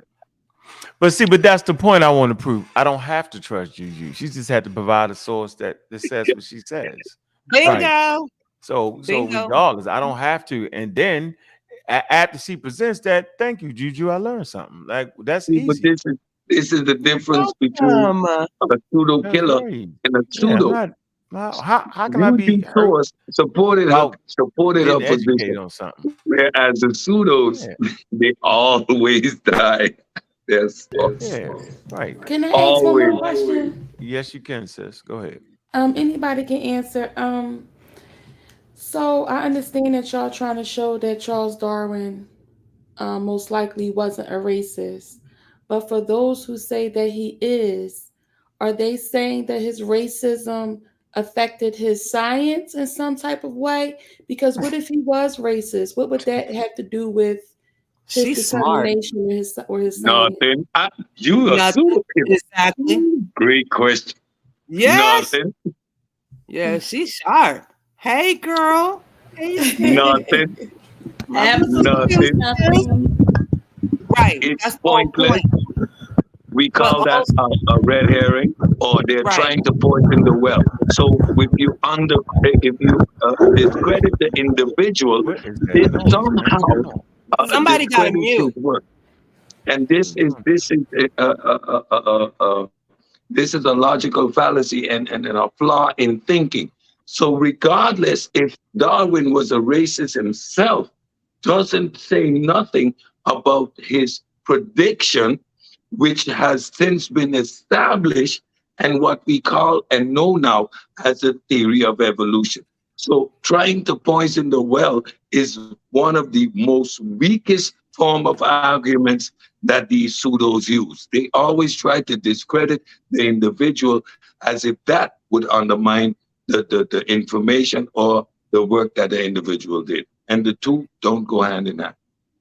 He also uses race of species in his work. And for some reason, when people see race, they just stop there. They don't even read it. They don't go any further than that word race. And then they automatically assume that, he's dealing with this modern day social construct. Well, it did exist then too, but, he wasn't really on that. He was using it in the race. When Darwin uses race, he is substituting it for what we now use today as species. So when he said the favorite races is the species that is going to be most adapted or most suited to the environment at that particular time, and or the ability to adapt to the environment. So quiet. We Homo sapiens sapien in Darwin's prediction are the species, the race of humans that outlasted all the rest. Our ability to form social groups, the size of our brain, our imagination, etc., are all some of the elements that led to our ability to conquer our environment, whereas our brothers and sisters, the Neanderthals and the Denisovan and other brothers and other species that we may not know of were not able to survive. So his prediction was right. The favorite race, which was the Homo sapiens sapien, and not any specific phenotype. Us as a species, we need to get that fixed in our heads. Us as a species, Homo sapiens sapien, we have no other humans walking around now on the planet. It's just us. We're the favorite species that survived. We conquered all the rest. So Darwin's prediction was right, but he wasn't referring to race in terms of the phenotypical discussion we are having. Yeah, he was speaking on animals for the most part. No, he wasn't. Jesus, can you wait until people are finished, dear? I've been waiting a long time, sister. I mean, he been getting beat up for 15 years plus. Yeah. Don't worry about it. He's stay getting beat up. It sounds good. Y'all want somebody that y'all could defeat. But I don't want we want you. We want you. We want you. That you prove your claim. The sister asked a very good question. By proving that Charles Darwin is a racist, that means we have a conflict of interest regarding the results of his study. That's what that means. We have a conflict of interest. In his book that I posted in the chat. Which book? The Descent of Man. He clearly classified his own race as being more advanced than those lower organisms such as pygmies. He called different groups of people savage, low, and degraded. His book laid down why the didn't George foundation. P. Jackson Come on, Juju. Let this man talk. Thank you, Juju. His work laid down the foundation for social Darwinism, eugenics, and scientific racism by his cousin Francis Galton picking that up. Did y'all know that? So how you want to get beat up? How you want to get beat up, though? Did y'all know that? Yeah, how you want to get beat up? Let's stick to the topic. Yeah, let's get you. Let me get right you here. out. How you want to get beat up? I asked you how you want to get beat up. Type in social Darwinism. No, I gotta type in social. Look at the second half of his title: Origin of Species, or the preservation. What about the second half of it? Hold on. Let's do this. Or the Everybody, favorite races. No, we'll slow it down. What about the second part of his title? We want to make sure that you ain't scamming. Look at the second half of the title of his book, Origin of Species. Why did he change it? Means what though? Go ahead. Talk to the people. 1859, the book was written. I think he changed it in 1872 because it was too provocative. The preservation of favored races in the struggle for life. Who are the favorite races? What's the struggle for life? No, come on, let that man finish, man. Come on, yo, he did. You know he did. I know he did. Let me find it to kill him. I'm gonna let the source. I'm still here. Y'all can't kill me. Man, so we want to make sure you know what you're talking about. All right. We thinking, you tweaking. Just pull his book up. Pull the title of his book up. Hold on. I want to find it. Not just find it. I want to do all that. Let me find the part I want to find, though. Let me find the explanation of the title of the book. Let's do that. And then, right, unlike Juju, we're just not going to be able to trust you at this point. Because based off of you coming off like you know what you're talking about, right? Yeah, you is. Yeah. Just pull the book up. So I'm going to give you a chance. Do you want to? I'm gonna ask you this. I just want to ask you this.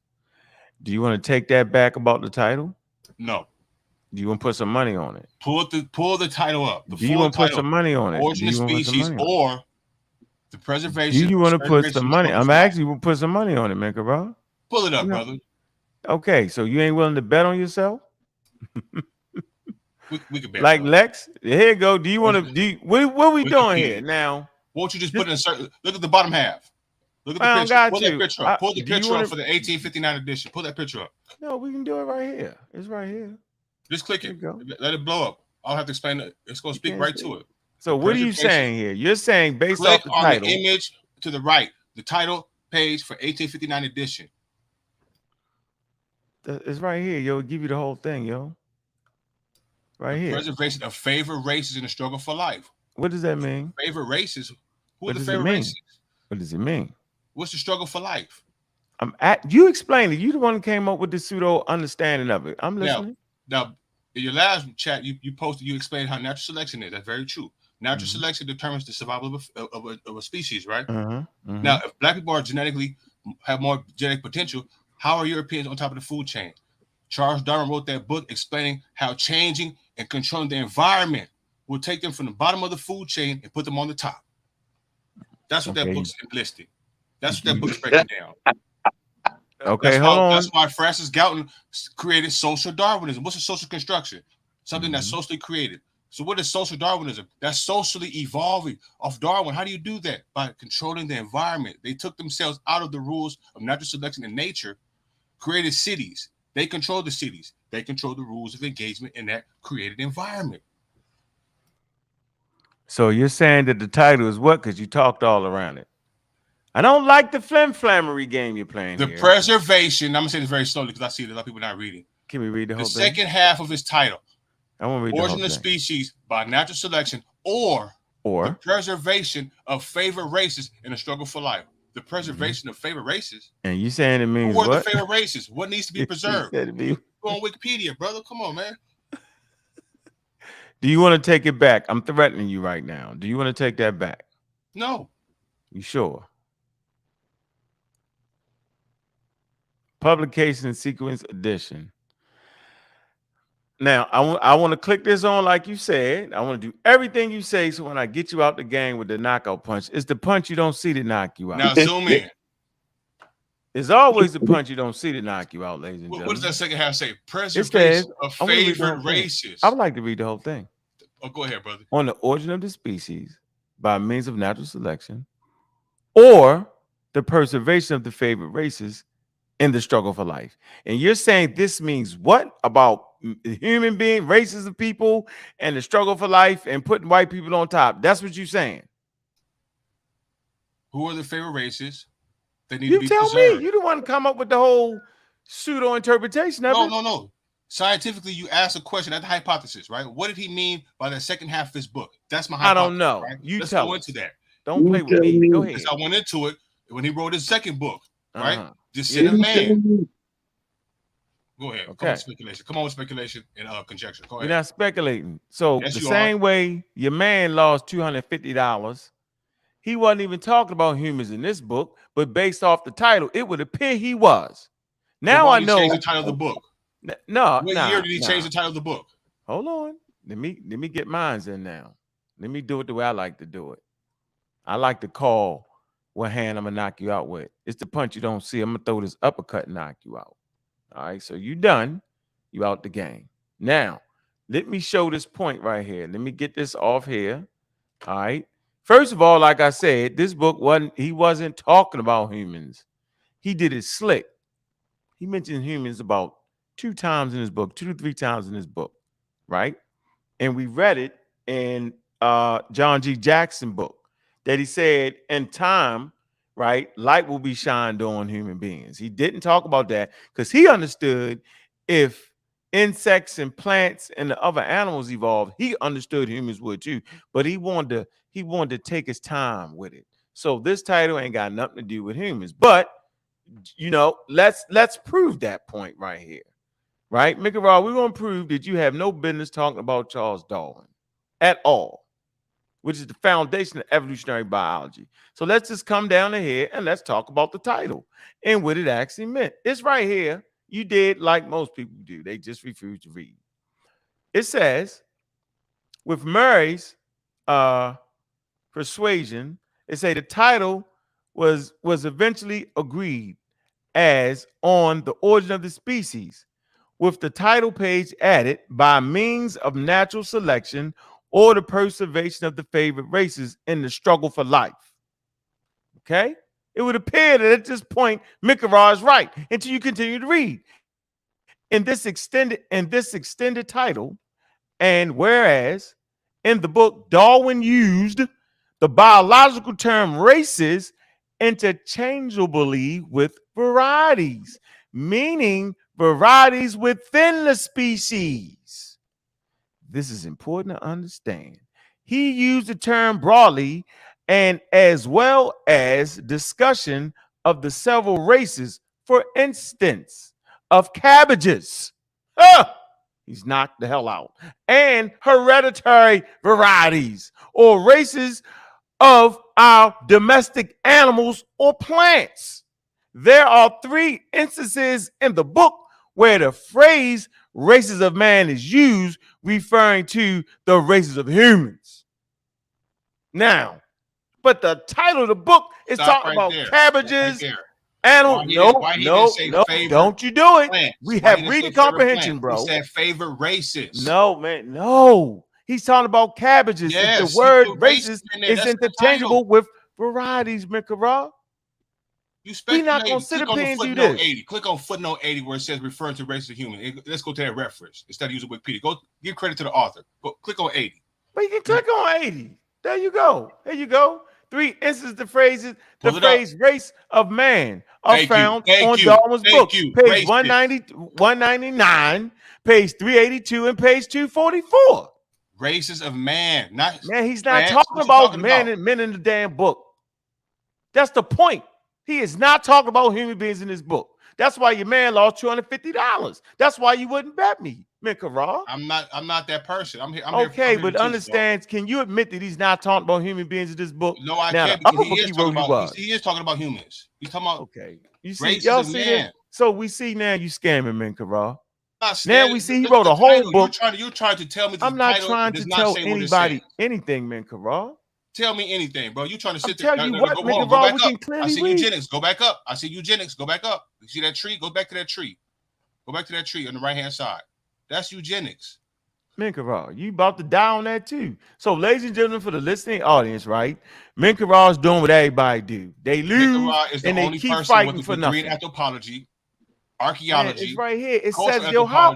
And Native American studies. What a masters. So, what you talking about? I can't tell. I don't believe you. That's fine. I don't believe you. You made that up. There's the tree. What about the tree? Right there. What about the tree? What's that right there? The evolutionary It's a Heckle showed a main trunk leading to mankind with minor branches in various animals, unlike Darwin's branch evolutionary tree. That's not Darwin's tree. This is Darwin's tree up here. Darwin's tree is a little more different. He drew his out.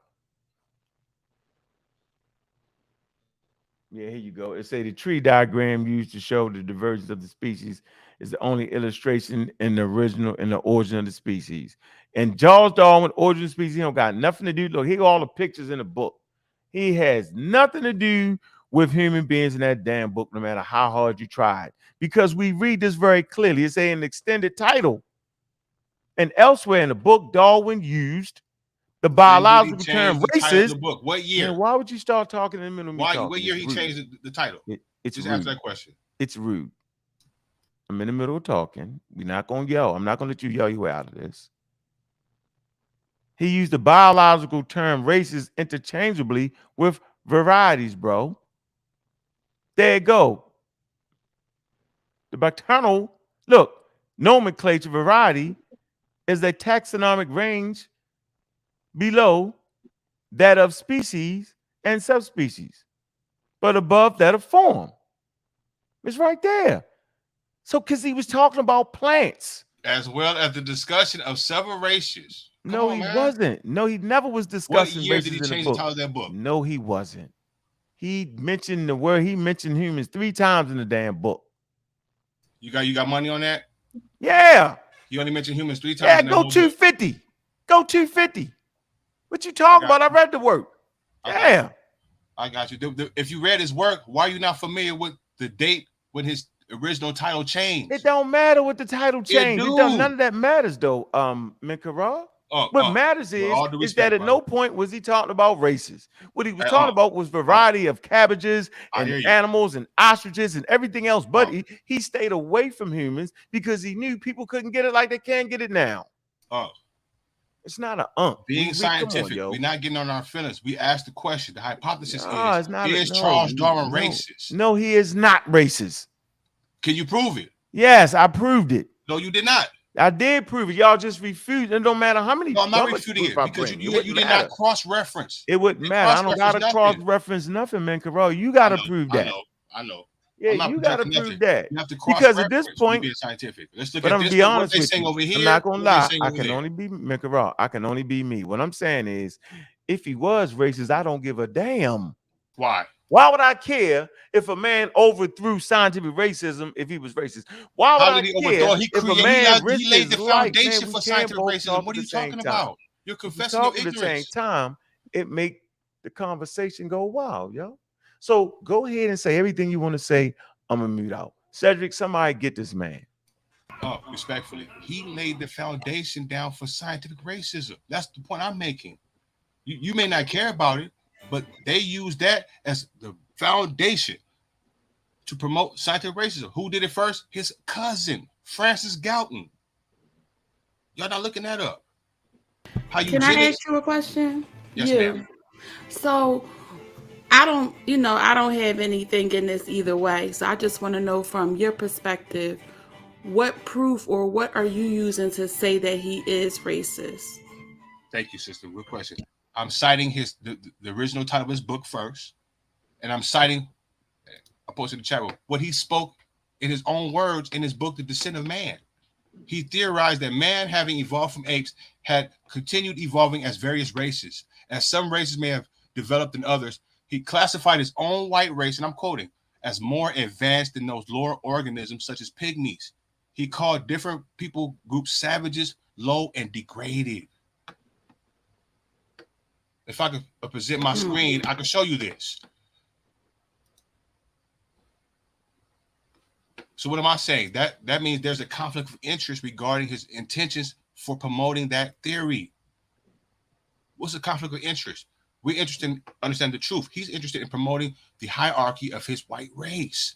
That's why he changed the title of his book in 1872 up, because you never pulled that up. 1859. So without his theory, what do you feel? Do you feel as though that everyone goes back to Africa? Because how would you get there? What would you say about going back to Africa as far as, all people? That's another good question, right? In the 18th century, they taught their kids that they were looking over the lesser breeds. They used the Bible to do so. When their kids went to college and learned science, they found out when they put our genes under the microscope that it was the opposite, right? Put down man. Put down man was a pseudo hominin supposedly found in England. They took a human skull and put an ape jaw to it. And then they changed the whole theory to out of Africa. Why? Because the digger you deep in Europe, they're not going to find nothing. We're the only people, and Elijah Muhammad said this, and he was right. We don't have a set birth record. When I was in college, I heard a European say, what's unique about black people is that they tend to be the only group that evolved during the Earth's own evolution. That means we're already here. We were here in the beginning, right? When you talk about evolving from apes, one problem that they have, and I wrote a paper about you this. said what? We was what? What you say? Man, let me get this source. I was talking to your sister. Give me a minute, Uncle. I'm gonna get to you. I'm cutting you off because now you're getting my damn nerves. You're lying. I'm not gonna do this. Let me get you out here with eugenics. Yeah. Oh my God. Here, this is the article with eugenics right here. Okay. This is the history of eugenics. Let's see what eugenics says with Charles Darwin. Did you claim Charles Darwin? Charles Darwin ain't did shit based off the source. It says the idea of the modern project for improving the human population through selective breeding was originally developed by Francis Galton, not Charles Darwin. It says, and was initially inspired by Darwinism, inspired by Darwin to do what the hell? Thank you. So, wait a minute, bro. A person can inspire you any damn thing, but you can't blame that person for that. And this is why. It say, and its theory of natural selection. It says Galton had read his half-cousin's Charles Darwin's theory of evolution, right, which sought to explain the development of plants and animal species. Like I said, it was talking about plants and animals, and desired to apply it to humans. Desired to do it. Don't mean he did it. Based on this biological studies, Galton believed that desirable human qualities were hereditary traits that although Darwin strongly disagreed with the elaboration of his theory. So at this point, what are we doing, bro? And I never understand why y'all continue to do this. Y'all keep doing this on and on and on and on and on. It says in 1883, 1 year after Darwin's death. So Darwin is dead at this point. Maybe he erased the spirit of Darwin or some shit. Galton gave his research a name, eugenics. What are you talking about, bro? Like, people just everything I said was and right I never on your head. understand. I'm not doing nothing. You know nothing about that till you pulled it up. Okay, I'm not doing that. What are you talking about? Been teaching for 15 years, bro. You didn't pull up Francis Galton at all until I brought him up. Right. Why I gotta bring him up and teach somebody about the woman like you? Because you didn't know about the woman, bro. Just admit it. Look, man, are we gonna admit that you was wrong now about that whole thing? Wrong. What was I wrong? Right. See, it's a bullshit conversation. If I was wrong, what was I wrong at? Explain what it's was a bullshit it's a bullshit conversation now. It's scammy conversation. I don't like that. I'm not asking for no money, so I'm not saying it. What was I wrong? Man, it's scammy. And you lucky you ain't make that bet. Because you would have lost. Conversation now. Scamming. But you was kind of wrong. I ain't gonna hold you. You was kind of wrong based on that last paragraph. How? Because what he just read was that the cousin looked at Charles Darwin's work, which was based on plants and animals, and he desired to apply it to humans. And then a year after Darwin died, he came out with the eugenics, renamed the work. So that doesn't apply to Darwin. That was all his cousins doing. I said Darwin laid the foundation down for scientific racism picked up by his cousin Francis Galton. That's what I said. No, you man. Did you hear what the sister just said? Yo? Wow. That Galton desired to apply to humans, not Darwin. So you lose twice. Like, what do you like? What's the point at this point? And see, when I get frustrated, right? Because you scamming me, wrong. I just don't appreciate it. And you kind of thought the sister was going to be weak. No, I didn't. You thought you could pick her off, and she batted you out the box. I wasn't answering a question before you intervened. Can I answer a question, please? No, because you're lying. Why am I gonna let you lie?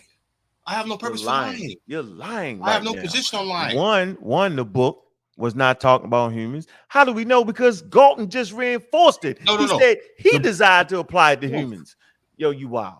I said I made my point. I don't care what you say. The second half of that title says the preservation of favorite race. He changed it. Why he changed it in 1872? Pull that up. I don't know. Well, look it up. Well, you tell me why. Because you ain't been right yet. The original title was too provocative. It was too provocative. Okay, and It omitted because people like you don't understand it. No, I understand.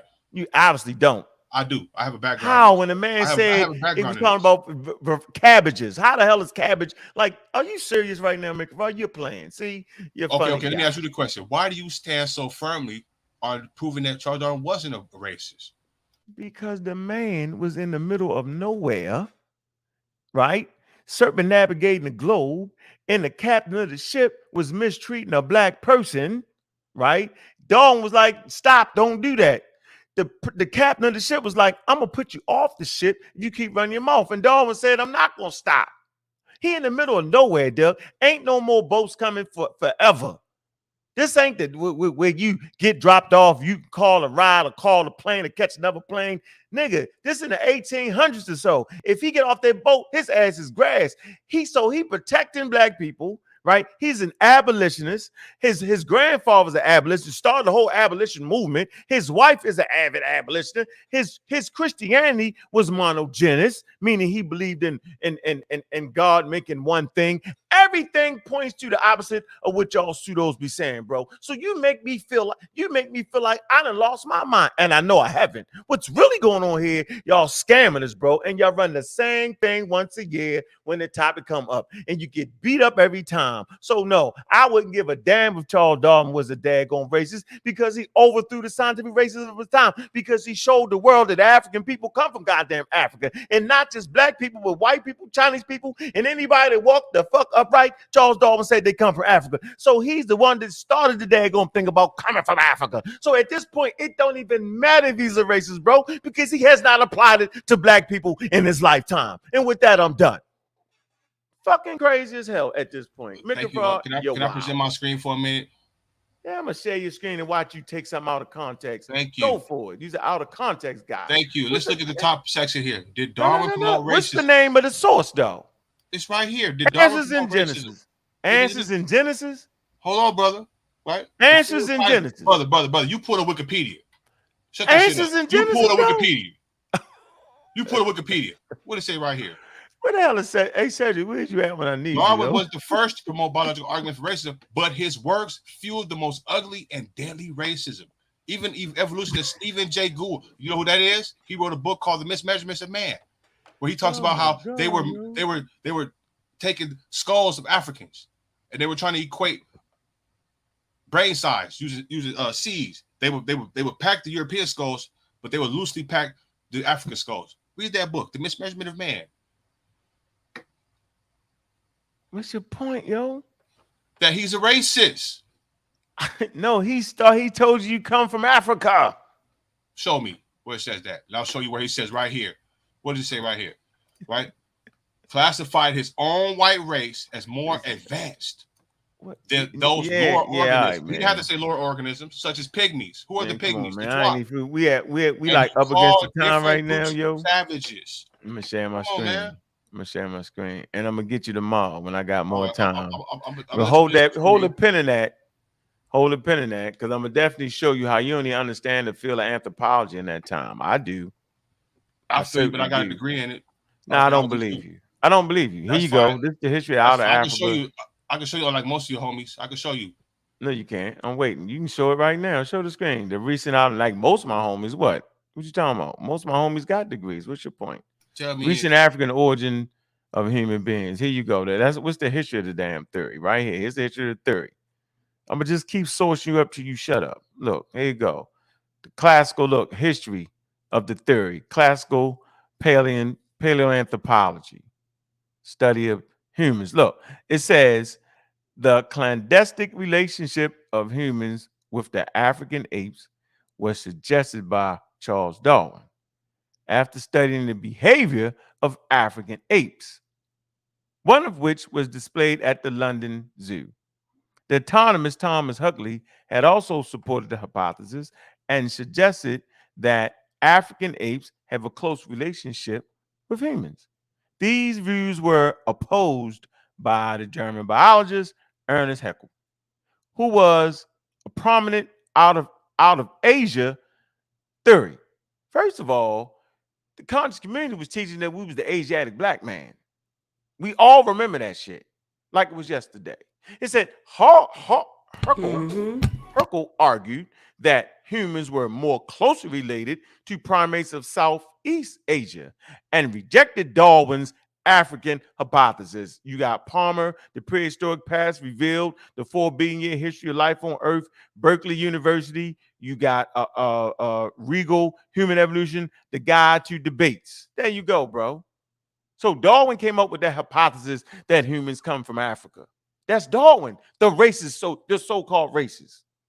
Come on, man. At a certain point, it don't even matter what he was. Thank you. The question is, how was him being racist? How did it affect this theory? And then if it did, how come scientists all the way up to now has not been able to prove his theory wrong? How would that be? What are you talking about? I'm saying you made the wild statement that Darwin's this a problem because him being racist gotten away of his production of his data, and his data would have been screwed. That's what you said. So the question is, how come science hasn't found that to be right yet, Minkara? And I saved that because I know you were scamming. So I want to get you with the hard shit at the end of the day. I wanted to weaken you up with body blows. And you made a statement. Your statement was the data that Charles Darwin produced was skewed based off of his racism. So I'm asking you now, it's been damn near 100 years. How come scientists today do not see the racism in Darwin's work that you claim it was? I'm listening, Minkara, and I'm going to mute out and watch you dance and watch you get down. Thank you. Can I present my screen, please? Let me show you how to do some research right here, right? Because y'all like to use Wikipedia, right? Let me show y'all something right here, okay? Y'all ready? This is called Google Scholar. Could y'all see that?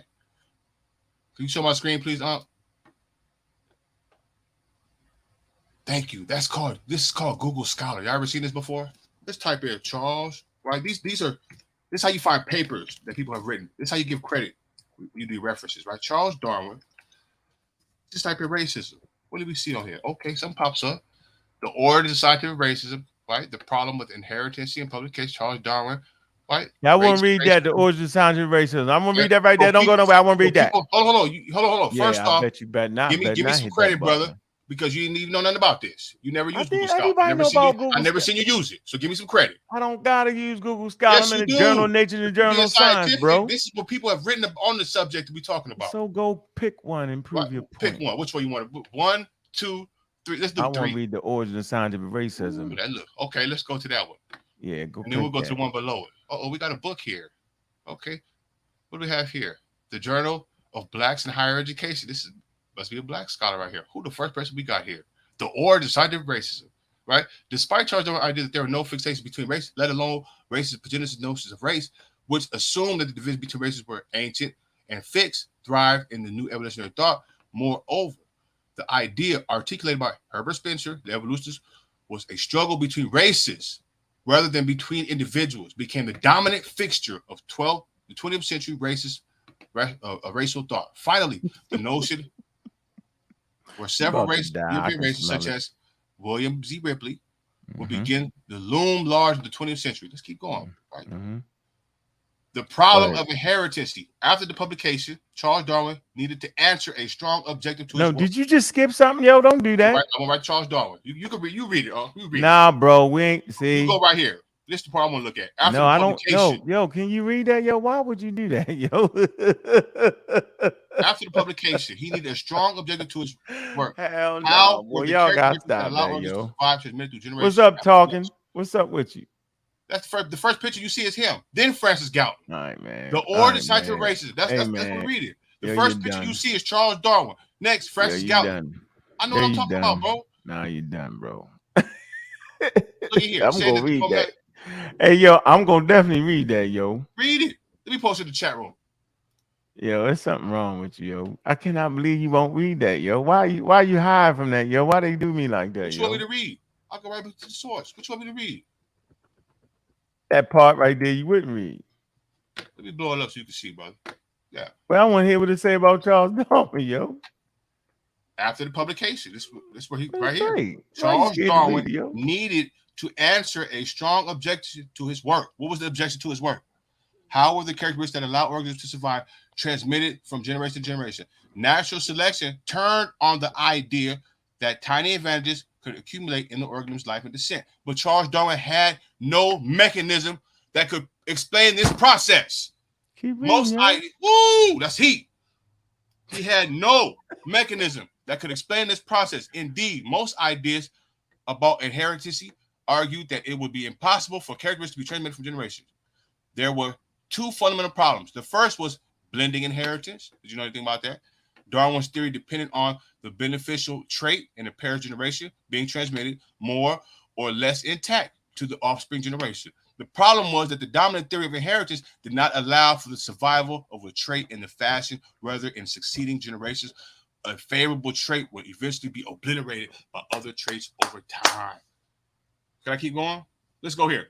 In the famous review, The Origin of Species, right? Jenkins argued that the white man was a shipwreck on an island inhabited by Negroes who naturally rose to become their kings. However, their natural superiority over savages would not last for generations, as the superior white qualities would be swamped by the inferior Negro stock. Can anyone believe, asked James, the whole island will gradually acquire a white or even white population, or that the islanders would acquire energy and courage? Huh? This is what we're reading. The Origins of Scientific Racism. The first person you see. Man, you ain't read nothing about Darwin said he was doing none of that. I'm trying to say what you're doing. No. After the publication of Origin of Species, scientists promptly developed theories of genetic racial inferiority. Scientific racism, which was widely accepted, led to the field of eugenics. What did I say earlier? He laid the foundation down. Man, he didn't do that, man. People misconstrued and messed up his work, yo. That shit was pseudoscience, and you know it.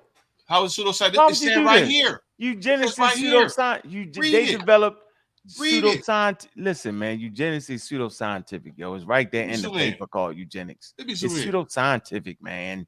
Jesus Christ, yo. Why are you trying to do it, yo? It's pseudoscientific. After the publication, this is the editor saying this. That's not me. After the publication of Darwin's Origin of Species, scientists promptly developed theories of genetic racial inferiority. Scientific racism, which was widely accepted, led to the field of eugenics, which ultimately resulted in the sterilization of thousands of Black Americans and accumulated in the murder of 6 million Europeans. Yeah, but it wasn't Darwin. It was the misunderstanding of his work. Nigga, it says right here, after the publication, it don't say. No, you already in the time period of scientific racism. Are you serious? I yield my time, brother. You don't got, yield your damn time and let me say this. And let me pull this up. Yeah, yield your time, please. So first of all, scientific racism was already kicking because remember they enslaved millions of Africans from the 1400s. This is the 1800s now. So scientific racism is already there, right? So it fielded because of the misunderstanding of his damn work. Obviously, they didn't understand it prior to, and they sure as hell wasn't understanding it after that. So that ain't Darwin's fault. I don't know why y'all keep making that Darwin's fault. Let's go to the daggone article of dealing with daggone scientific racism. Like, what are you talking about? It is just bananas at this point. It's constant bananas. And I don't know why they keep doing it. They do it over and over and over again. Come on, man. And it's depending on what you read. This is the article. What's this? Scientific racism. This is scientific racism. They give you everything. Scientific racism, evidence. It's a pseudoscience. It's pseudoscientific belief that empirical evidence exists to support the justification of racism. So you saying that this man certainly got gave the globe. Wikipedia, brother. I want to. Yeah, man. No, man. I can do it. Listen, bro. I can do Wikipedia now. You ain't resting. No, you pulled. Get out of here.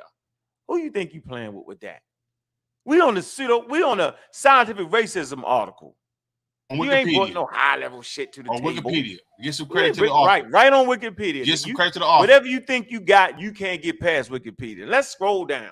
So now you're trying to convince the listening audience that a man that circumnavigated the globe, right, doesn't understand that there's no empirical evidence that exists to justify racism. He actually did, bro. Okay, here you go. Let's move down right here. Let me see. Scientific racism misapplies, right, misconstrues, or distorts anthropology. You think Charles Darwin did that? No. Anthropometry, craniometry, and evolutionary biology, which Charles Darwin's book is actually the foundation of that. Right, but he didn't understand it. Okay, let's move right down here. What are they saying? They got everybody named talking about what they did and the racism they put in. Let's see right here. Here you go. Go to Charles Darwin. Okay, what it is. Charles Darwin. Charles Darwin's views on race have been a topic of much discussion and debate. According to Jackson and Weber, Darwin was a moderate in the 19th century debate about race. What does that mean? He was not a confirmed racist, but y'all just did it. He was a staunch abolitionist, for example. Then he said, but he did think that there were distinct races that could be ranked in hierarchy. That's the source for that. Jackson and Wilbur. Then you come here. Darwin's influential 1859 book on the origin of the species did not discuss human origins. I said this 100 damn times. On the origin of the species, by way of natural selection on the favorite races, it said did not discuss human origins. It said the extended wording of the title page, which adds by means of natural selection or the preservation of the favorite races in the struggle for life, uses the general terminology of biological races as an alternative for varieties. Man, such as several races, for instance, of cabbage, and does not carry the modern connotation of human races. Why is this man trying to trick us like this, bro? Why did he do it over and over and over again? Because he don't want me to read the Wikipedia article because he know he can't get past it. It said the descent of man and selection in relation to sex. It says Darwin examined the question and arguments in favor of and opposed to ranking the so-called races of man as distinct species and reported, watch this, ladies and gentlemen, the races, and reported no racial distinctions that would indicate that human races are what? Discrete species. Like, what are we doing? Keep saying it, and they keep doing it. Why they keep doing it? And who wrote that? Who wrote that? He gonna say, who wrote that? Man, get out of here, man. Cite your reference. I cite mine. Here's my source. Cite your reference. The misportrayal of Darwin as a racist. By Boom. who? By who? Who? By R.G. Price. Who's R.G. Price? Somebody you just, I want you to go research that far. Come on, man. Go research that far. You know what I'm saying? Like, you just go to Wikipedia and just type it, was Darwin a racist? See who wrote about it. Yeah, we already know what it is. That's man, Wikipedia. I ain't even bringing up the high levels. Wikipedia. Listen, man. Listen. I ain't even finished reading the rest of that. Look, we can keep going. I'm going to keep going. I'm tired of playing. Please keep going. Get you out of here.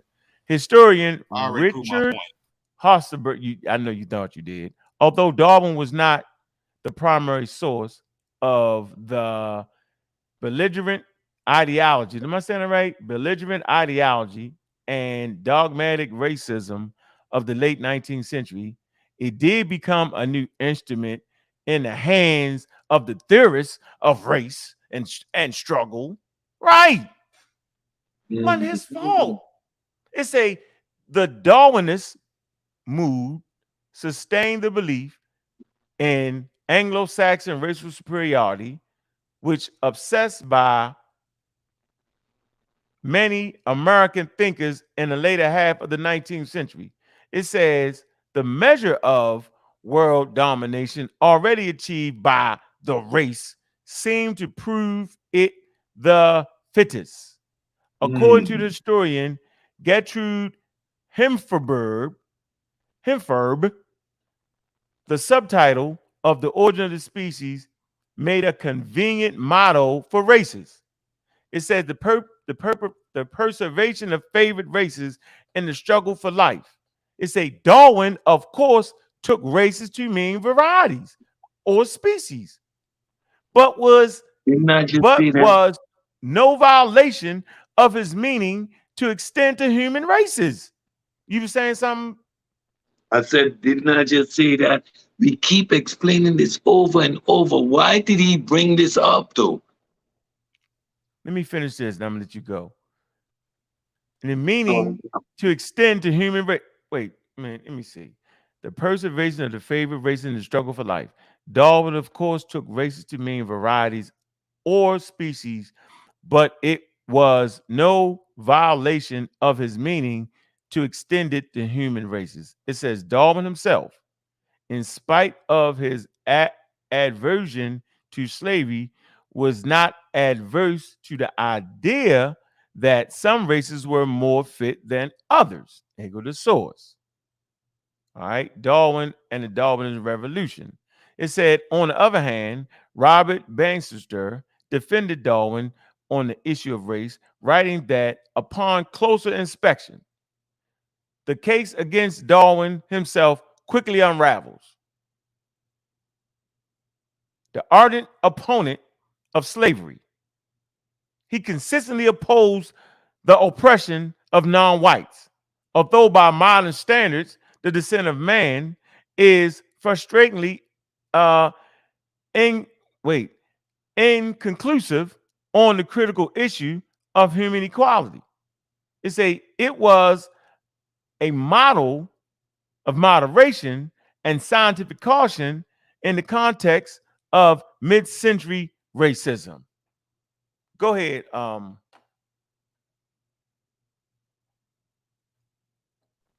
Go ahead, Cedric. Yeah, again, my same point, and I'm going to continue asking this. Why do they bring up these sources that not only dagger them, but they keep repeating the same thing, even though we have explained it, proved it, and established it? Race doesn't mean a color of skin or group of people. It meant species or variety. And he was right. Of the very human beings that walk this planet, Homo sapiens sapien is the one that survived. So I don't get it. I just don't get it. Can I ask something of Carriera? Minka poop. Yes, ma'am. Go ahead. If you could bring up that same article, if it's still handy, that you brought up, that was talking about the origins of scientific racism. Yes, ma'am. Give me 1 minute. Mm-hmm. You put that in the back chat, didn't you, Minka? Because I'm gonna read that because I know it's going. I know it's going. No, I did. Let me grab it. I know you're done. I already know it. Let me know y'all can see it. I'm gonna put it up here for you. Where you at, Juju? Brother Minka. That's the last one.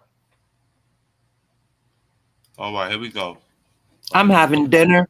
The origin, scientific. Let's look at the first editor's note. After the publication of Darwin's Origin of Species, scientists promptly developed theories of genetic racial inferiority. All right, but hold on, wait a minute. I wanted you to bring it up for a reason because I kind of wanted to point something out to you. Okay. So maybe I'm reading this wrong, right? Because I went back on the other YouTube channel outside of StreamYard and I read the article, right? So the first sentence is kind of speaking against what you're saying because it says, despite Charles Darwin's idea that there is no fixed divisions between species, let alone races. So that's right there saying that that's not his, that he doesn't see a division between the races in that way. You understand what I'm saying? And then when you go over to the article on that second row, when it's speaking about Charles Darwin, it's speaking about the tallness of plants and things of that nature. When you go down to the last paragraph that you read, it says in a famous review of Darwin's article, which means by somebody else, Fleming Jenkins, that example of the Negroes, that was his conclusion that he got based on Darwin's work. But still, that's not Darwin coming to that conclusion. That's someone else getting that from what they got from his work. And Uncle Num is saying that they are misinterpreting his work. And maybe they are the racists. And they're trying to find solidification of their racism in his work. But that doesn't mean that Darwin, actually supported it. You understand what I'm saying? Okay, now let's take. You don't want to understand that. Let's take what you said and apply it, and let's put in the context the editor's note. Right after the publication of The Origin of Species, scientists promptly developed theories of genetic and racial inferiority. So obviously, they read something we're not seeing. How many of us really? Say it again. Look at the editor's note. Where at the bottom? No, brother. No. You can't do brother, that. Yes. I'm talking After that, yes, brother. Yes. Everything. Yes, brother. Yes. I'm sorry, but yes. Right? No. The editor's note. You bring this article. The editor's note says clearly cannot read. Stop. Just a second. Don't talk over me. Do not talk over me. Species. So did you read that? What did they read that we didn't read? Hey, man, Cabral, did you read that, man, Cabral? It said after the publication. Scientists promptly developed theories. After the publication. I said that he laid the foundation for scientific racism. That's what I just said earlier. He laid the foundation down. Who's number 2? My brother. Who number 3? Keep going. No, stop. No, you need to slow down, bro. Again, this is the disingenuousness, your inability to slow it down.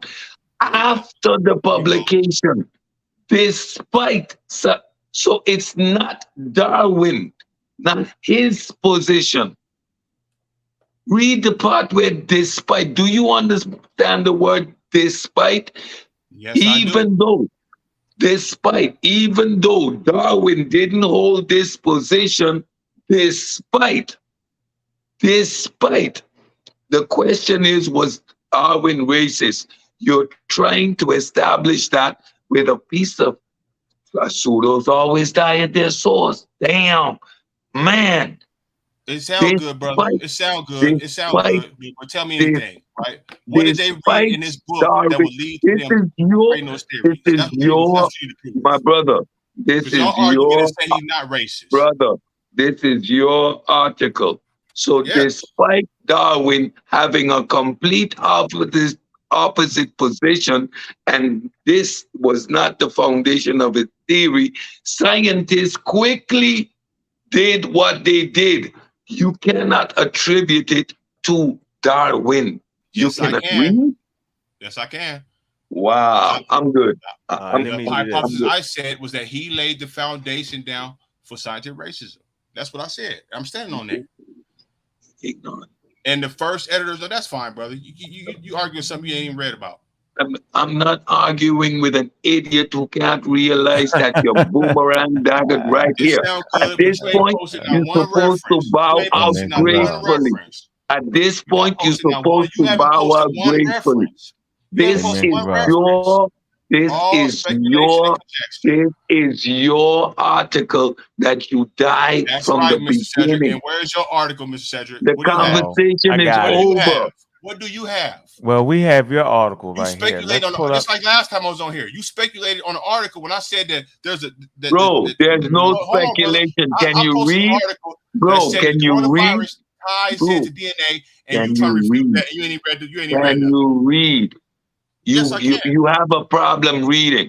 Because if you do not understand what despite says, racism serves Darwinism. That's a good Darwinism serves racism. You're emotional. That's a good post. Pull that up. So listen. This is Min Cabral. He's using this garbage again. Why they keep doing that? Why they keep doing it? Evolution News. Why y'all keep citing Wikipedia? What? This is intelligent design. Listen, why y'all don't this is not a Wikipedia. Excuse me. That's a form of plagiarism, brother. I'm talking, brother. I don't know what you're talking about. I'm talking. I'm saying you're using that source again. Evolution News.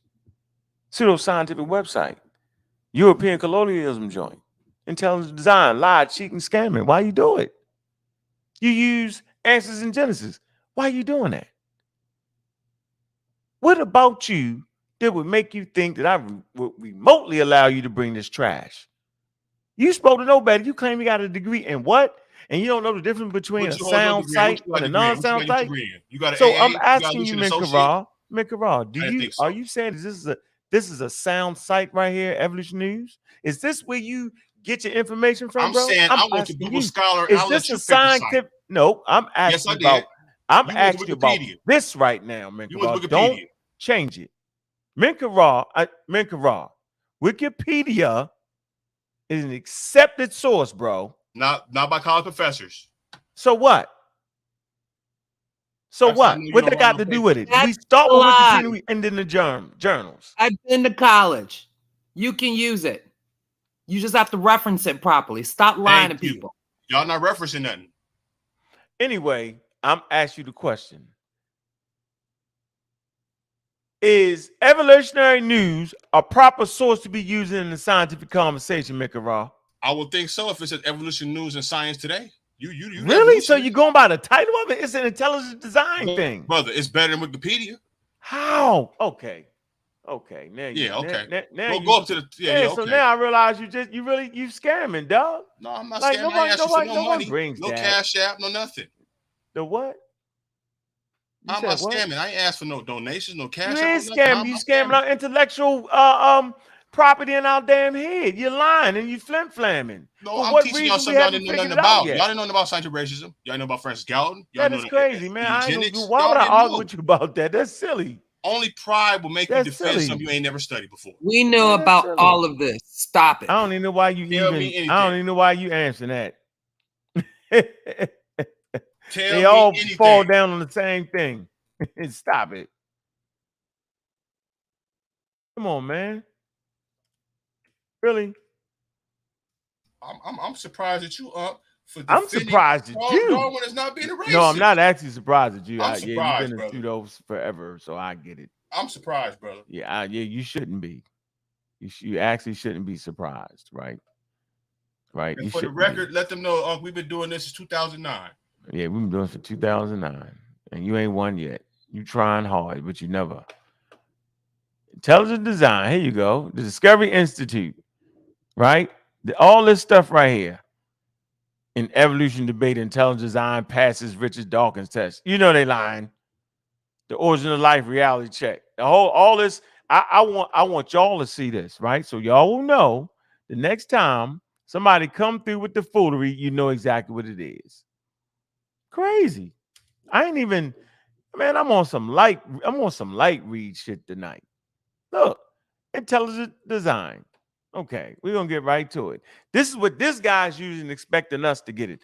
Intelligent design is a pseudoscientific argument for the existence of God, presented by its proponents as an evidence-based scientific theory about life's origin. Proponents claim that certain features of the universe and of living things are best explained by intelligent cause, not an undirected process such as natural selection. See, that's why he's using it. It's a ID, because that's what they call an ID. They tried to trick the court system and change the word to ID. Watch this. Is a form of creationism. Look what he's doing. We're having a scientific conversation, and he's using people like Answers in Genesis and the fake science news. And they use the word science because they know how powerful science can be. That lacks empirical support and offers no testable and tenable hypothesis and is therefore not science. But I thought we was having a scientific conversation. So why would he do it? We got to ask ourselves, why would he do it? The leading proponents of ID are associated with the what? Discovery Institute. Discovery Institute is a political, conservative, nonprofit think tank based in Seattle, Washington, that advocates the pseudoscientific concept of intelligent design. Straight white boys. And I always say it. They don't want to bring intelligent white boys like Charles Darwin. They want to shoot them down, but they want to bring wild white boys and pick up them. I'm confused. And Christian political conservative think tank based in the United States.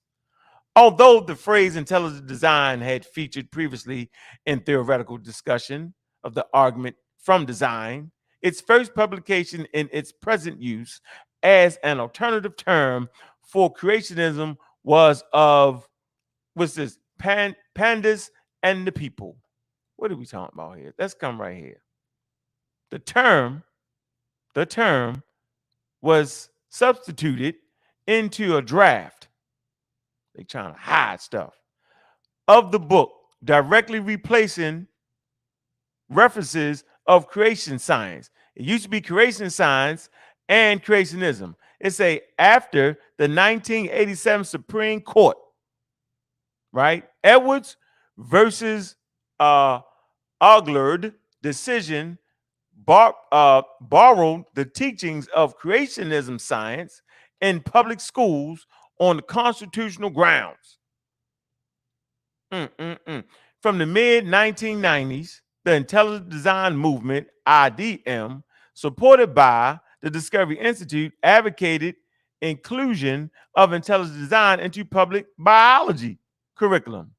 This led to the 2005 Kills-Miller versus Dover Area School District trial, which found that intelligent design was not science, that it cannot uncouple itself from its creationists and thus religious antecedents, and that the public school district promotion of it therefore violated the established clause of the First Amendment of the United States. Why are they doing it like that, man? Look, come over here to that right side. See, this right side here gets you. Intelligent design. Irreducible complexity. Pseudoscientific idea. Specified complexity. Pseudoscientific idea. Fine-tuned universe. Pseudoscientific. Intelligent designer. Pseudoscientific.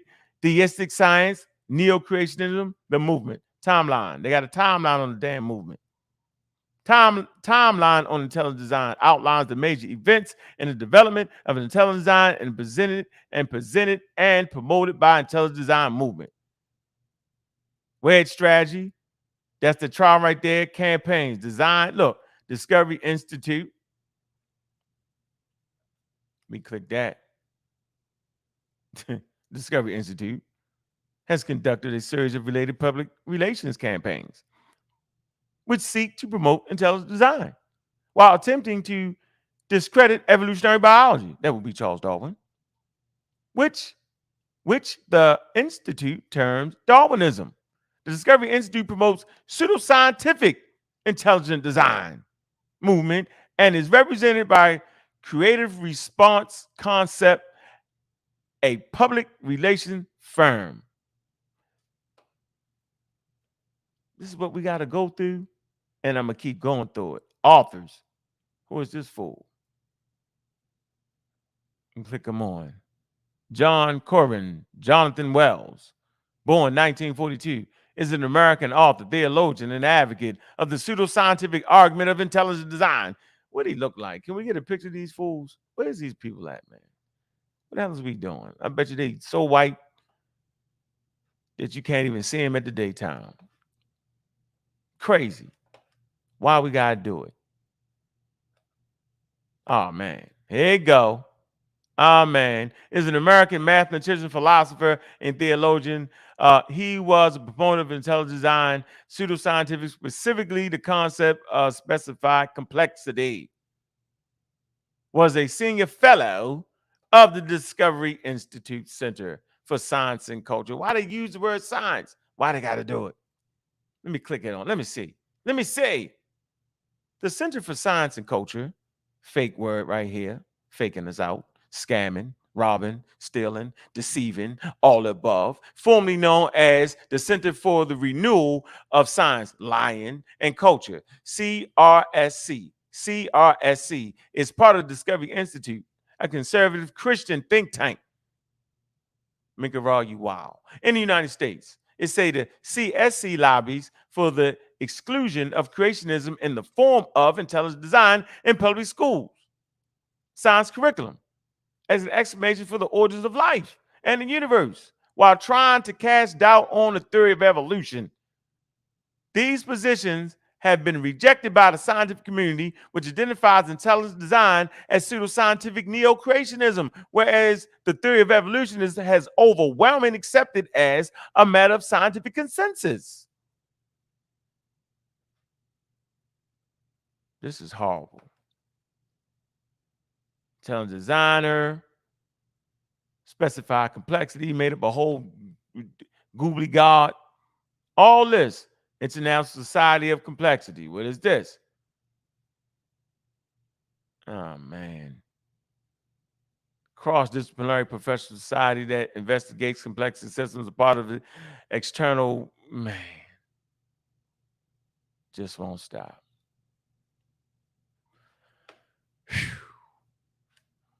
Look at this. It's just, look at this. Tells Design, Evolution Awareness Center. What is this? The Evolution Awareness Center. It's a nonprofit advocate organization promotes pseudoscientific principles of intelligence. I mean, they put millions in this, yo. You know what I'm saying? So, look, reaction. What is the reaction to this? What is truth science? Truth science is a United Kingdom-based creation organization which promotes Discovery Institute, Teach the Controversy campaign, which it uses to try to get pseudoscientific concept. Now y'all see why I use the word like that? Let's deal with this.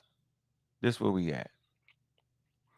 This article lists those scientific organizations and other national or international recognized groups that specifically reject intelligent design as a valid alternative to evolution.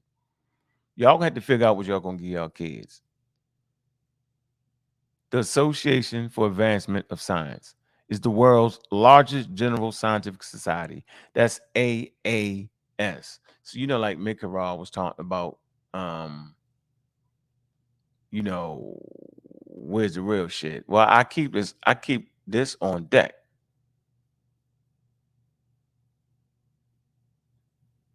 I'm a happy member to this. That's the whole group.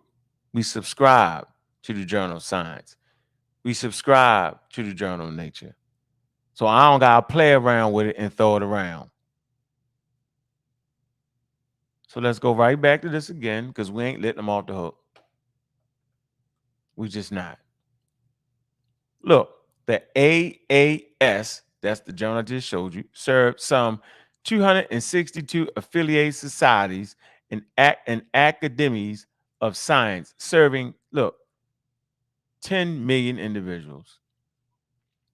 In 2002 statements, the lack of scientific warrant for the so-called intelligent design theory makes it improper to include as part of the science education. 2006 statement, the teaching of evolution. Some bill seeks to discredit evolution by emphasizing so-called flaws in the theory. Don't they do it all the time? Or disagreements within the scientific community. Others insist that teaching has absolute freedom within their classrooms and cannot be disciplined to teaching non-scientific alternatives. Anyway, the American Association University Professors, right, is an organization of professionals and other academics in the United States, the AAUP membership of 47,000 with over 500 local campuses in 39 state organizations. Academic Freedom Bill, American Astronomical Society, 7,000 members, 6 divisions. Intelligent design isn't even part of science. But Menkabra brought that shit up. Dulcinea brought that shit up. And it ain't even part of science. But I thought we was having a scientific conversation. 2005 statement on teaching evolution. Intelligent design fails to meet the basic definition of scientific ideas. Its proponents do not present testable hypotheses and do not provide evidence for which views that can be verified and duplicated by subsequent research. The American Chemical Society, 164,000 members at all degree levels of all fields of chemistry, engineering. Whatever, man. I can just look at this. Look, what do we like what are we gonna give our kids? What are we gonna do? Other countries, international bodies. Come on, man. So they absolutely do all this on purpose, man.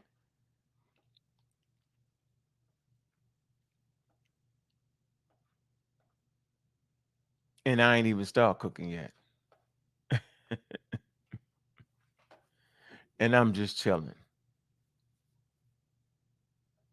And it's just wow, man. And we go through this and they keep trying and they won't stop. And they just keep trying. It's like they're going to really slip something through. Like it's going, all of a sudden, it's going to change. It's not going to get no better. And they bring the science news because they crazy and think the science news really means science news. They don't even have to know how to look at the source. I don't know what we're going to do with them, ladies and gentlemen. I actually don't know what the hell we're going to do with them. You know, we try. We got 118,000 building, man. I got a question, Unc. You ready? Now you got a question after all that. I don't know what you was referencing regarding all the intelligent design. I don't know what that was, but thank you for that information. My question to you is: excuse me. No, don't get slick. What theory of evolution do you support? Monogenetic or polygenetic? Don't get slick. You're getting slick. I'm not What theory of evolution do you support? Monogenetic or polygenetic? I'm not going to let you do none of that. Okay. We brought up intelligent design because you brought up an intelligent design website. You did right here. This is the intelligent design website. Go back. You use it as a source. I'm not going back nowhere. You use it as a source. Is from evolution serves, racism serves Darwinism, Darwinism serves racism. You in the back chat picked up evolutionary news. I'm not going back to nowhere. I know. Minkara, listen to what I'm telling you. You brought this up, bro. Do you want me screenshotting? You put that in the chat. You didn't know that? Please you did that because it says evolutionary news. Right, it faked you out. That's how great of a researcher you are. Let me show you what I posted, brother. That's how great of a researcher you are, bro. You don't even know when you're looking at the intelligent design website. You're not gonna make shit up on me. Let me show you what I posted. This what I posted. Can y'all see my screen? Man, something wrong with this dude, man. Can somebody tell us, man, what that is, yo? I know.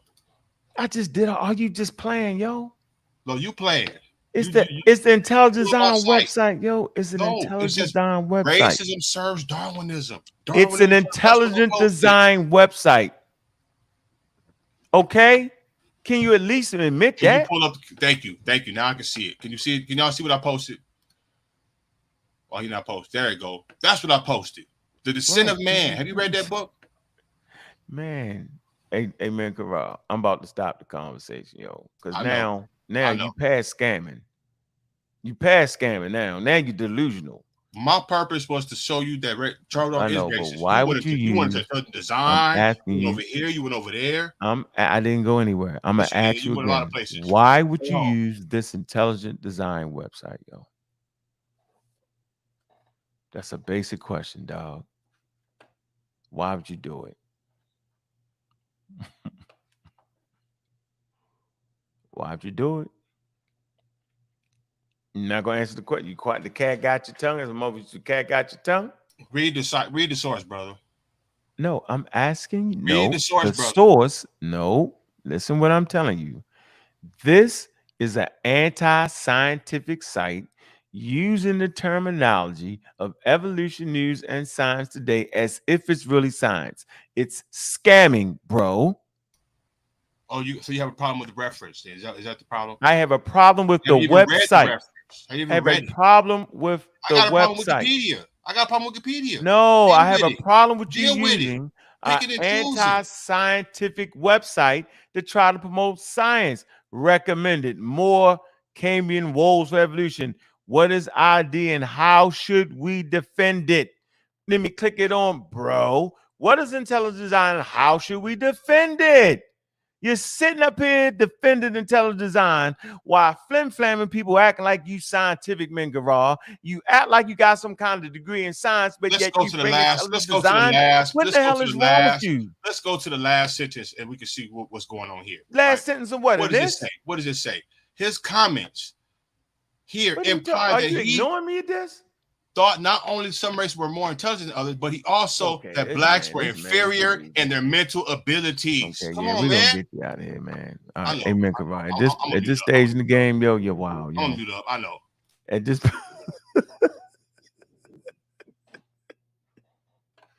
no way, man. Are you serious though, bro? This is crazy, yo. He's gonna stand up here like he doing something. Yo, you keep bringing the thing. Let me find something for you, man. And I'm gonna read the origin of scientific racism too. They ain't even talking about Darwin here. That's why I know you scamming, yo. That's horrible. Shout out to the sister. caught him red-handed. It sounds good, but I'm not here to get on none of y'all good side. I'm not here to promote kissing anybody's ass. I'm here to bring the facts. Okay? And the fact says Darwin was a racist. Caught him with his hand in the cookie jar. I don't care how y'all spin it. I don't care how y'all look at it. Y'all have to explain to me how y'all so sound on this man not being a racist. Hey, Mingarao. Look, I was rooting for you. You was like, have you ever seen Google Scholar? You was never rooting for me. You went over there in Google Scholar and went and found something that supported me, yo. You was never rooting for me. I was rooting. And I know I've been gone for a while, but I got to come back because after 10 years, you've been promoting a lot of misinformation. That's why I'm here. Catch your breath, Bob. This man pulled up Google Scholar just to pull up something that supported us. Like it was better than Wiki. You ain't never, but y'all Wikipedia scholars. Famous. Y'all regurgitate. Y'all don't cross-reference. Great. So obviously, whatever you doing, yo, didn't work, yo. So I don't want to do what you was doing. It's working. How? You didn't pull up an intelligent design website. You put up an intelligent design website. Then you go to Google Scholar only to get back to something that support me. You can't find nothing there in Google Scholar to support you. Tripping.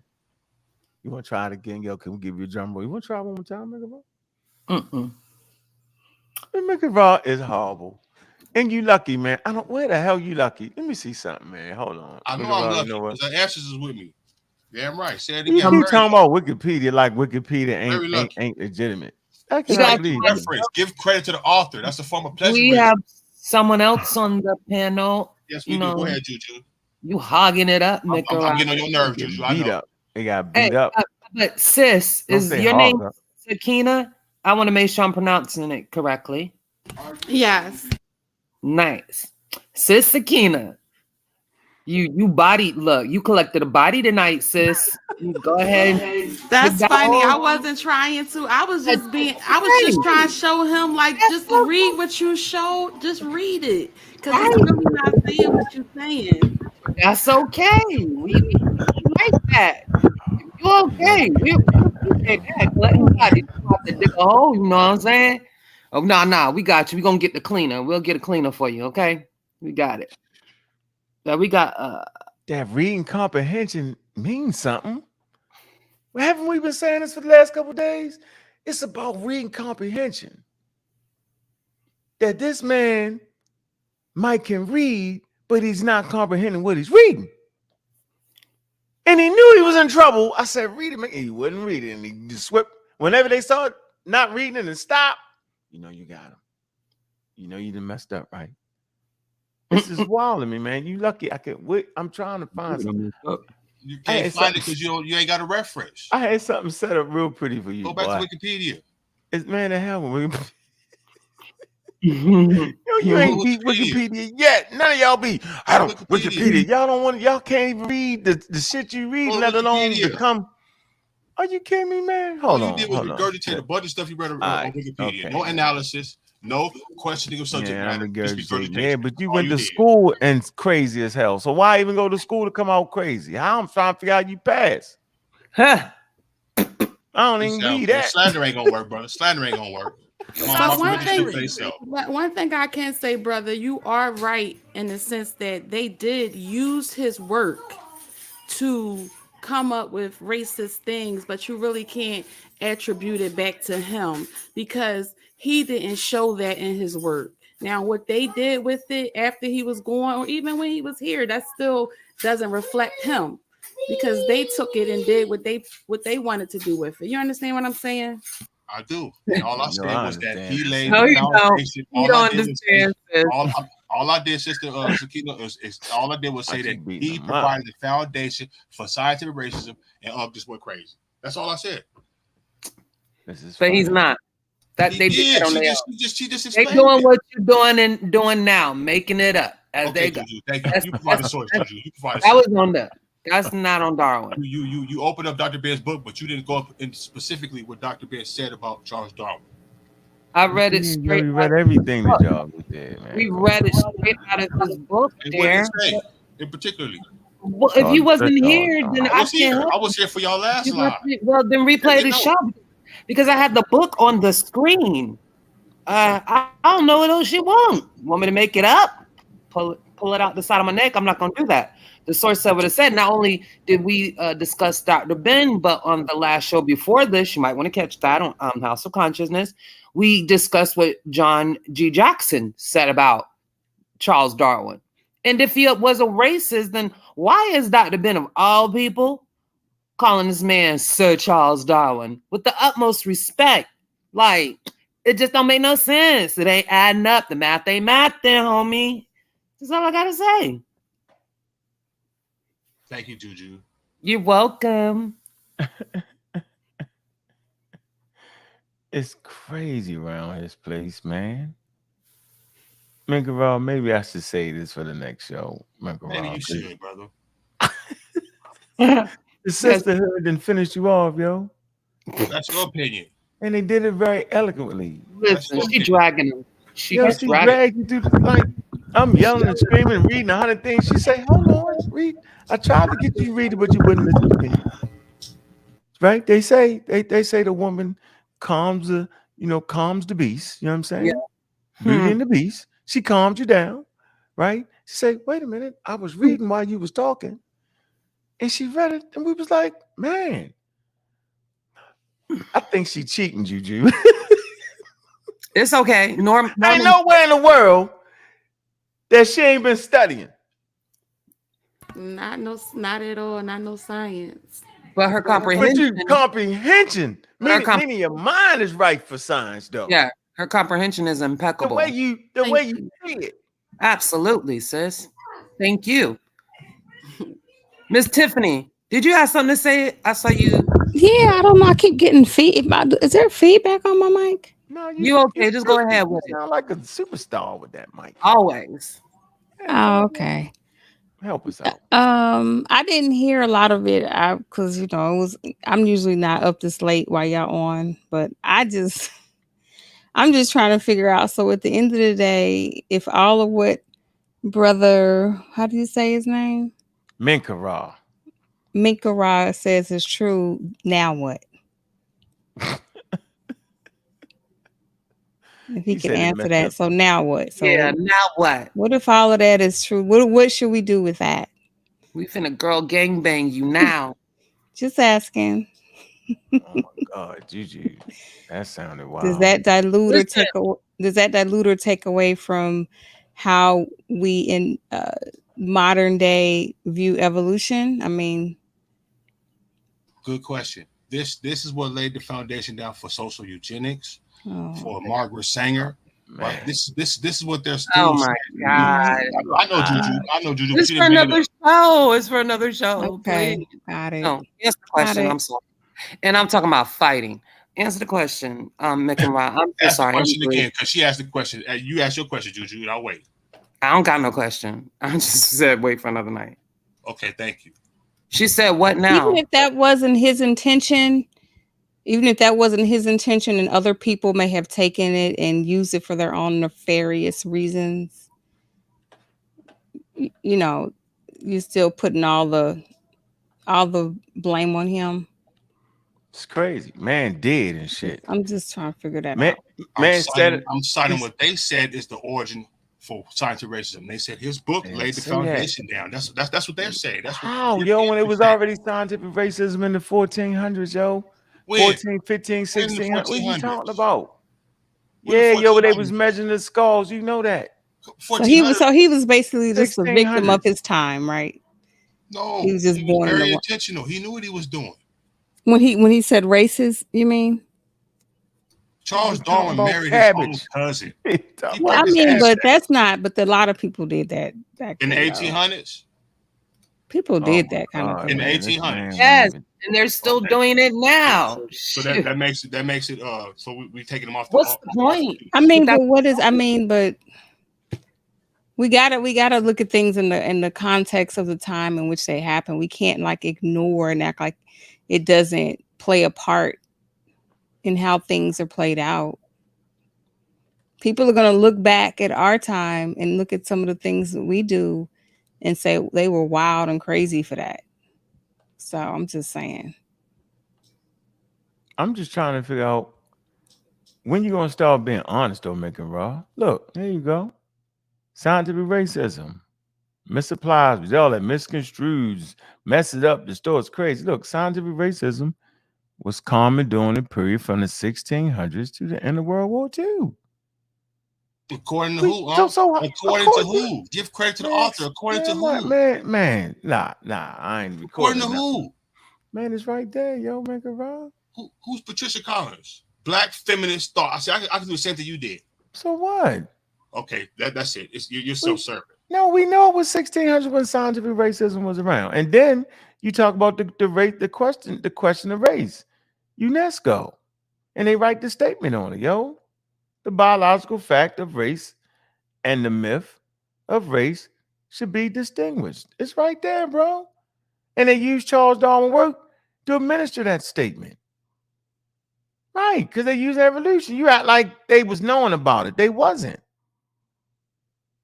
What about you know the what I'm saying? bell curve? Like they just wasn't. So I'm trying to figure out what about why the game, yo. Look, here you go.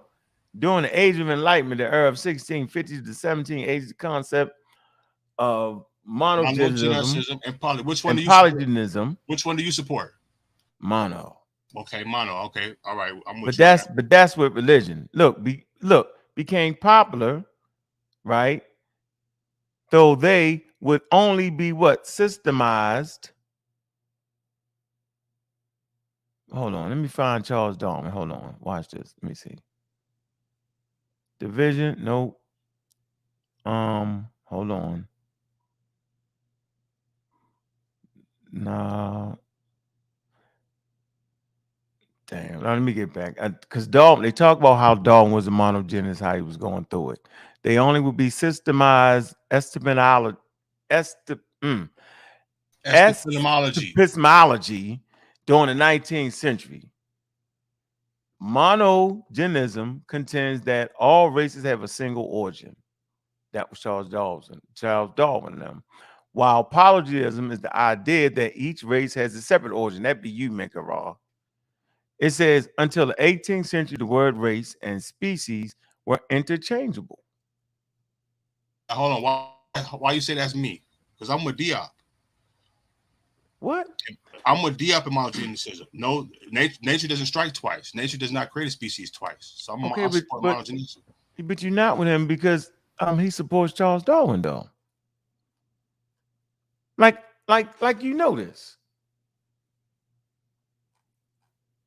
You got to know that, Dominica Raw. That ain't up for no debating, is it? We got to debate that. I don't think we got to debate that, Dominica Raw. How they said no fool, no fun, yo. All right, so let me see. Let me find your man real quick. I'm gonna put you in there. Here, let me share my screen for everybody. Let me get you out of here, man. I killed you dead, but I just want to stomp you all the way out now because you're too slick with your mouth. You think you rocking. That's a gift I got, baby. Work on yours. You think you rocking, yo. So here we go. Look, Wolf Ecoherd Lonin. Okay, who is he? We're going to find out. Wolf Ecoherd Lonin, an intelligent designer pioneer. In 1971, some 25 years before ideas of intelligent design became widely known. Dr. Thierk in 1910 and 1977, director of the Botanical Gardens and Botanical Museum of Berlin. Dalhem, professor at the Free University of Berlin, wrote. I don't want to read that, but we see who this guy is. And he's where? Intelligent design. Okay. So we got this guy here, right? The Cambridge explosion and Darwin's. Hold on. Wait, let me go back here. So we got who that is, and we see where he's featured at. Matter of fact, he writes a lot of articles in here. Let me see. Place I can look through it because he writes a lot of articles. He's the head of the intelligent design guy. Important.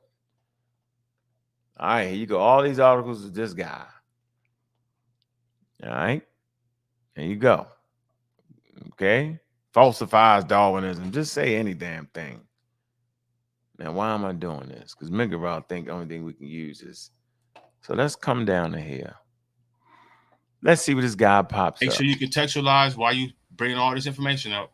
Well, because he's the guy who actually started intelligent design. I think it's important, right?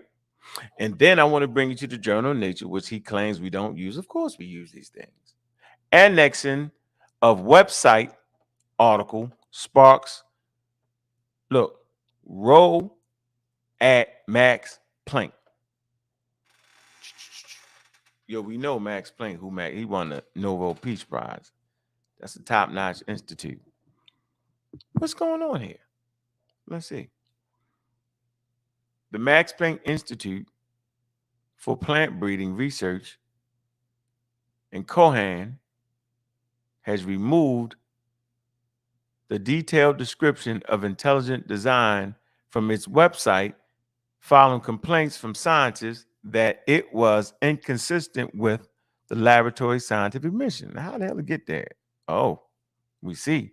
The article, which was posted by Wolf Eckert Lonen, that's the guy, a theorist at the Institute, discusses the idea that intelligent force must be responsible for the origin of the universe and for the diversity of life forms, known as intelligent design.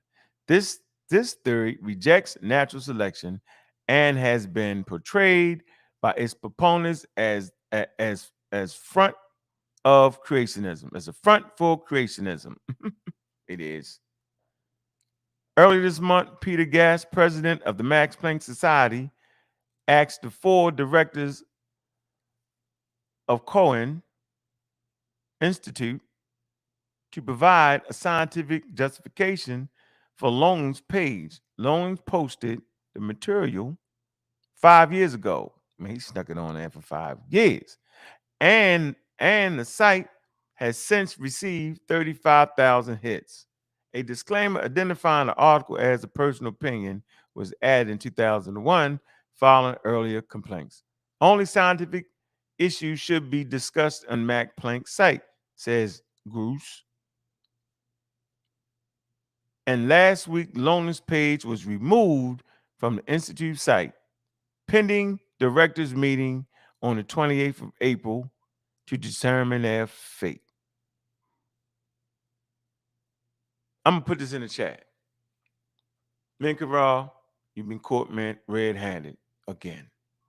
Now we understand the significance contextualize intelligent design. Who brought that up? You tried to use this from the site. It promotes fake science, bro. And I thought we was having a Which is scientific social Darwinism. But we wasn't. Social Darwinism. I thought we was. Racism is a fake science. What are you talking about? Put this in the chat. I don't know science, look at the second paragraph. Scientific justification for racism. Read that. Yeah, I'm not reading nothing. I know. It don't agree with align with your ideas. No, the fact that you got me trying to read, and that means that you're not scientific because you're biased. Well, you're being biased. It's that biased. Means you can't be scientific because you're being biased. No, I have to be biased against a non-pseudo. So why do I got to read a pseudo-scientific website? Why would I do that? It's already been deemed pseudo-scientific by the Journal of Nature, by the Journal of Science. Tell me anything. By Wikipedia, by all the things that you claim. I'm not using. Appreciate the conversation, maker, bro. You know I do. Hey, man, yo, hit that Cash App, ladies and gentlemen, man. Plus, you know we got that debate coming on July. Scam right there. What? The debate? No, ask for donation. That's the scam. Oh, okay. Well, I'm scamming then. Hit that Cash App. Let me scam me. Let me scam. Right? Hit that Cash App, man. Support that debate that's going down. Y'all already know what it is, man. We ain't listening to Man Karad. You just a hater now, Man Karad. And I almost cussed you out, so I had to catch myself. So before I cuss you out and call you out your name and wild out on you, I'm going to remove you from the display. Because you've been scamming at a high level. I took my time and was patient with you. But you're a wild coon from the moon that came to Earth too soon. You lied about having a degree. No college would pass such a nut. You got beat up by the sisters horribly. People will rewind the tape and see that. Claiming to have credentials, but don't know the difference between an intelligent design website, which is pseudoscientific by all measures of all scientific bodies around planet Earth. I read scientific bodies around planet Earth. They all agree that if you're discussing topics of science and talking about evolution, this is something you should never use. But you did it anyway. In the spirit of the conversation, we start to realize that people don't care about having real information. In the spirit of the conversation, we start to recognize that people are totally disingenuous and play foul, and they will lie, cheat to get their wild point across. It's time out for all that, ladies and gentlemen. We ain't doing that. We stand on the shoulders of people that's dedicated for understanding science, for promoting scientific literacy, right? So we won't get skin scammed and flim-flammed. Man, I appreciate the sisters that was at the top level. Shout out to Juju, Miss Tiffany, and Sakina. Sakina, I hope you come back and join us. Definitely. Really appreciate it. Don't go nowhere. It's What's been up, El? You real. want to say something? Yo, I just let me turn off my camera. I'm at work. Yeah, I just trying to hit you up. I sent you some emails at your avenue where I sent you like four. You replied to the first one, you ain't replied to the rest. I just here to ask you to check out my emails on your avenue email. I got you. Appreciate you. Hey, I appreciate the decorum. I know what you're talking about. You hear me? Oh, okay. Okay. Yeah. I yeah. got you. Got I you. see Appreciate you. it. I see you. Yeah, I appreciate the decorum. All right. Yes, sir. Yes, sir. I listen, man. I'm a supporter, man. I'm not gonna do that. I'm a supporter. No, you good though. No, you super good. Yo, I got you. Appreciate that. All All right. Peace. All right, peace. Miss Tiff, you want to say something? No, I was just saying it's been real.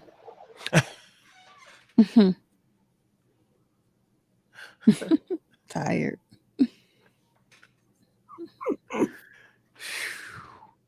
What you think, Juju? What's your closing statement? We're gonna go around and lift the sisterhood. I feel like I'm surrounded by the angels. That's good. That's a good. It's a good look here, man. Y'all did a great job, man. Thank you. Yeah. Calm me down because I'd have cussed them out. If not for y'all being here, I'd have lost it. I'm scamming because I like how? Wiki's not legit. Well, I mean, listen, ladies and gentlemen, showboat. all the evidence that we've shown tonight on both, channels, if it is not clear by then, I don't know what to tell you. It is what it is, and you can't make it up as you go. The facts are the facts, and all this other stuff is just a bunch of flam in my Bobby Banger voice. But yeah, that'll do it for me, Unc. Miss Tiff, you finished? You hit us with the it's been real. Pretty much. Yeah, I'm good. Good? Just chilling with y'all on a Friday night, It was a good Friday night. I think it was a good Friday night. It was. Thank you for the fans supporting us. We got a few contributions. Thank you, Norman. And yeah. And super chat, right? Huh? Yeah, yes, super chat on Community of Skeptics. So yes, continue to share, like, share, and subscribe, especially to the Community Skeptics channel. We're trying to get that channel up and growing. It's already up, but we're definitely trying to get it popping over there. So, and Sakina, you got something to say? I just want to say thank you for allowing me on the panel. I enjoyed myself and I learned some things, and I definitely will be back every time y'all open it up and I have something to say. Awesome. I got you. I appreciate you. I appreciate the high level conversation. I appreciate the reading comprehension from all the sisters, man. This proves the point, man. The intellect has no gender. You just got to be intelligent, man. Don't run, Sakina, if you got a few minutes. Okay. I want to give you the Discord link. Yeah. So, yeah, this is where the rubber meets the road, man. You get people like Menkara, Lex, and them, they just outright lie. You get people like Dulcinea that follow these dudes, right? They really have nothing for you. They follow the age-old scam of flim-flam, European flim-flam. Wild to me, man, right? So I'm making no distinction when it comes to color, but I always ask this question. For a set of people that have a problem with white people, why do they bring crazy white people to the community? Maybe one day we'll get that question answered, man. They have never answered that question before. And I find it to be extra, extra wild in that, man. But yeah, man, you know what it is, man. It's community of skeptics, man. All day, every day, man. And the pseudo killers, man. And play my favorite song going out this door, though. Because y'all know what it is, man. We sitting back and enjoying everything, man. Yo, if you got time, man, go ahead, take the time out, man. Hit that chat up, man. All right? Hit them donations. I don't care what Menkara say. He just a hater because don't nobody want to give him nothing. Stop hating Menkara. Practice love, not hate, man. Right? Yeah, man. You know, all the stars on tonight, man. Always Menkara, the hater. Kevin, Ruzan, Rasta, man. You should have said something, man. Norman, Golflin. All right. 7%, man. We know what it is, man. Austin Crafton. All right. Gideon Block. Posterius. I see you. 504. You know what it is, man. Kevin Ruse, man. And everybody that came out, man, to support Yo with love, man. Listen, man, science is counterintuitive, man. I ain't expecting you to get it, man, all the time. But you know we sitting right here and we doing what we got to do, man. Let me get Menkara out of here, man. He ain't let me back in. Out of there, Menkara, man. Sitting back, man, we enjoying everything, man. We right here, man. Y'all here.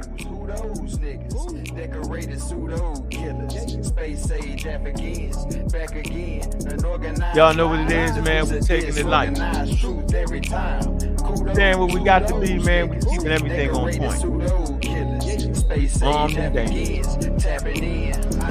On with the books and the knowledge and the wisdom, and we know how to get to it. So if you want to be flamming and skin scamming, yo, we waiting for you. Everybody is welcome.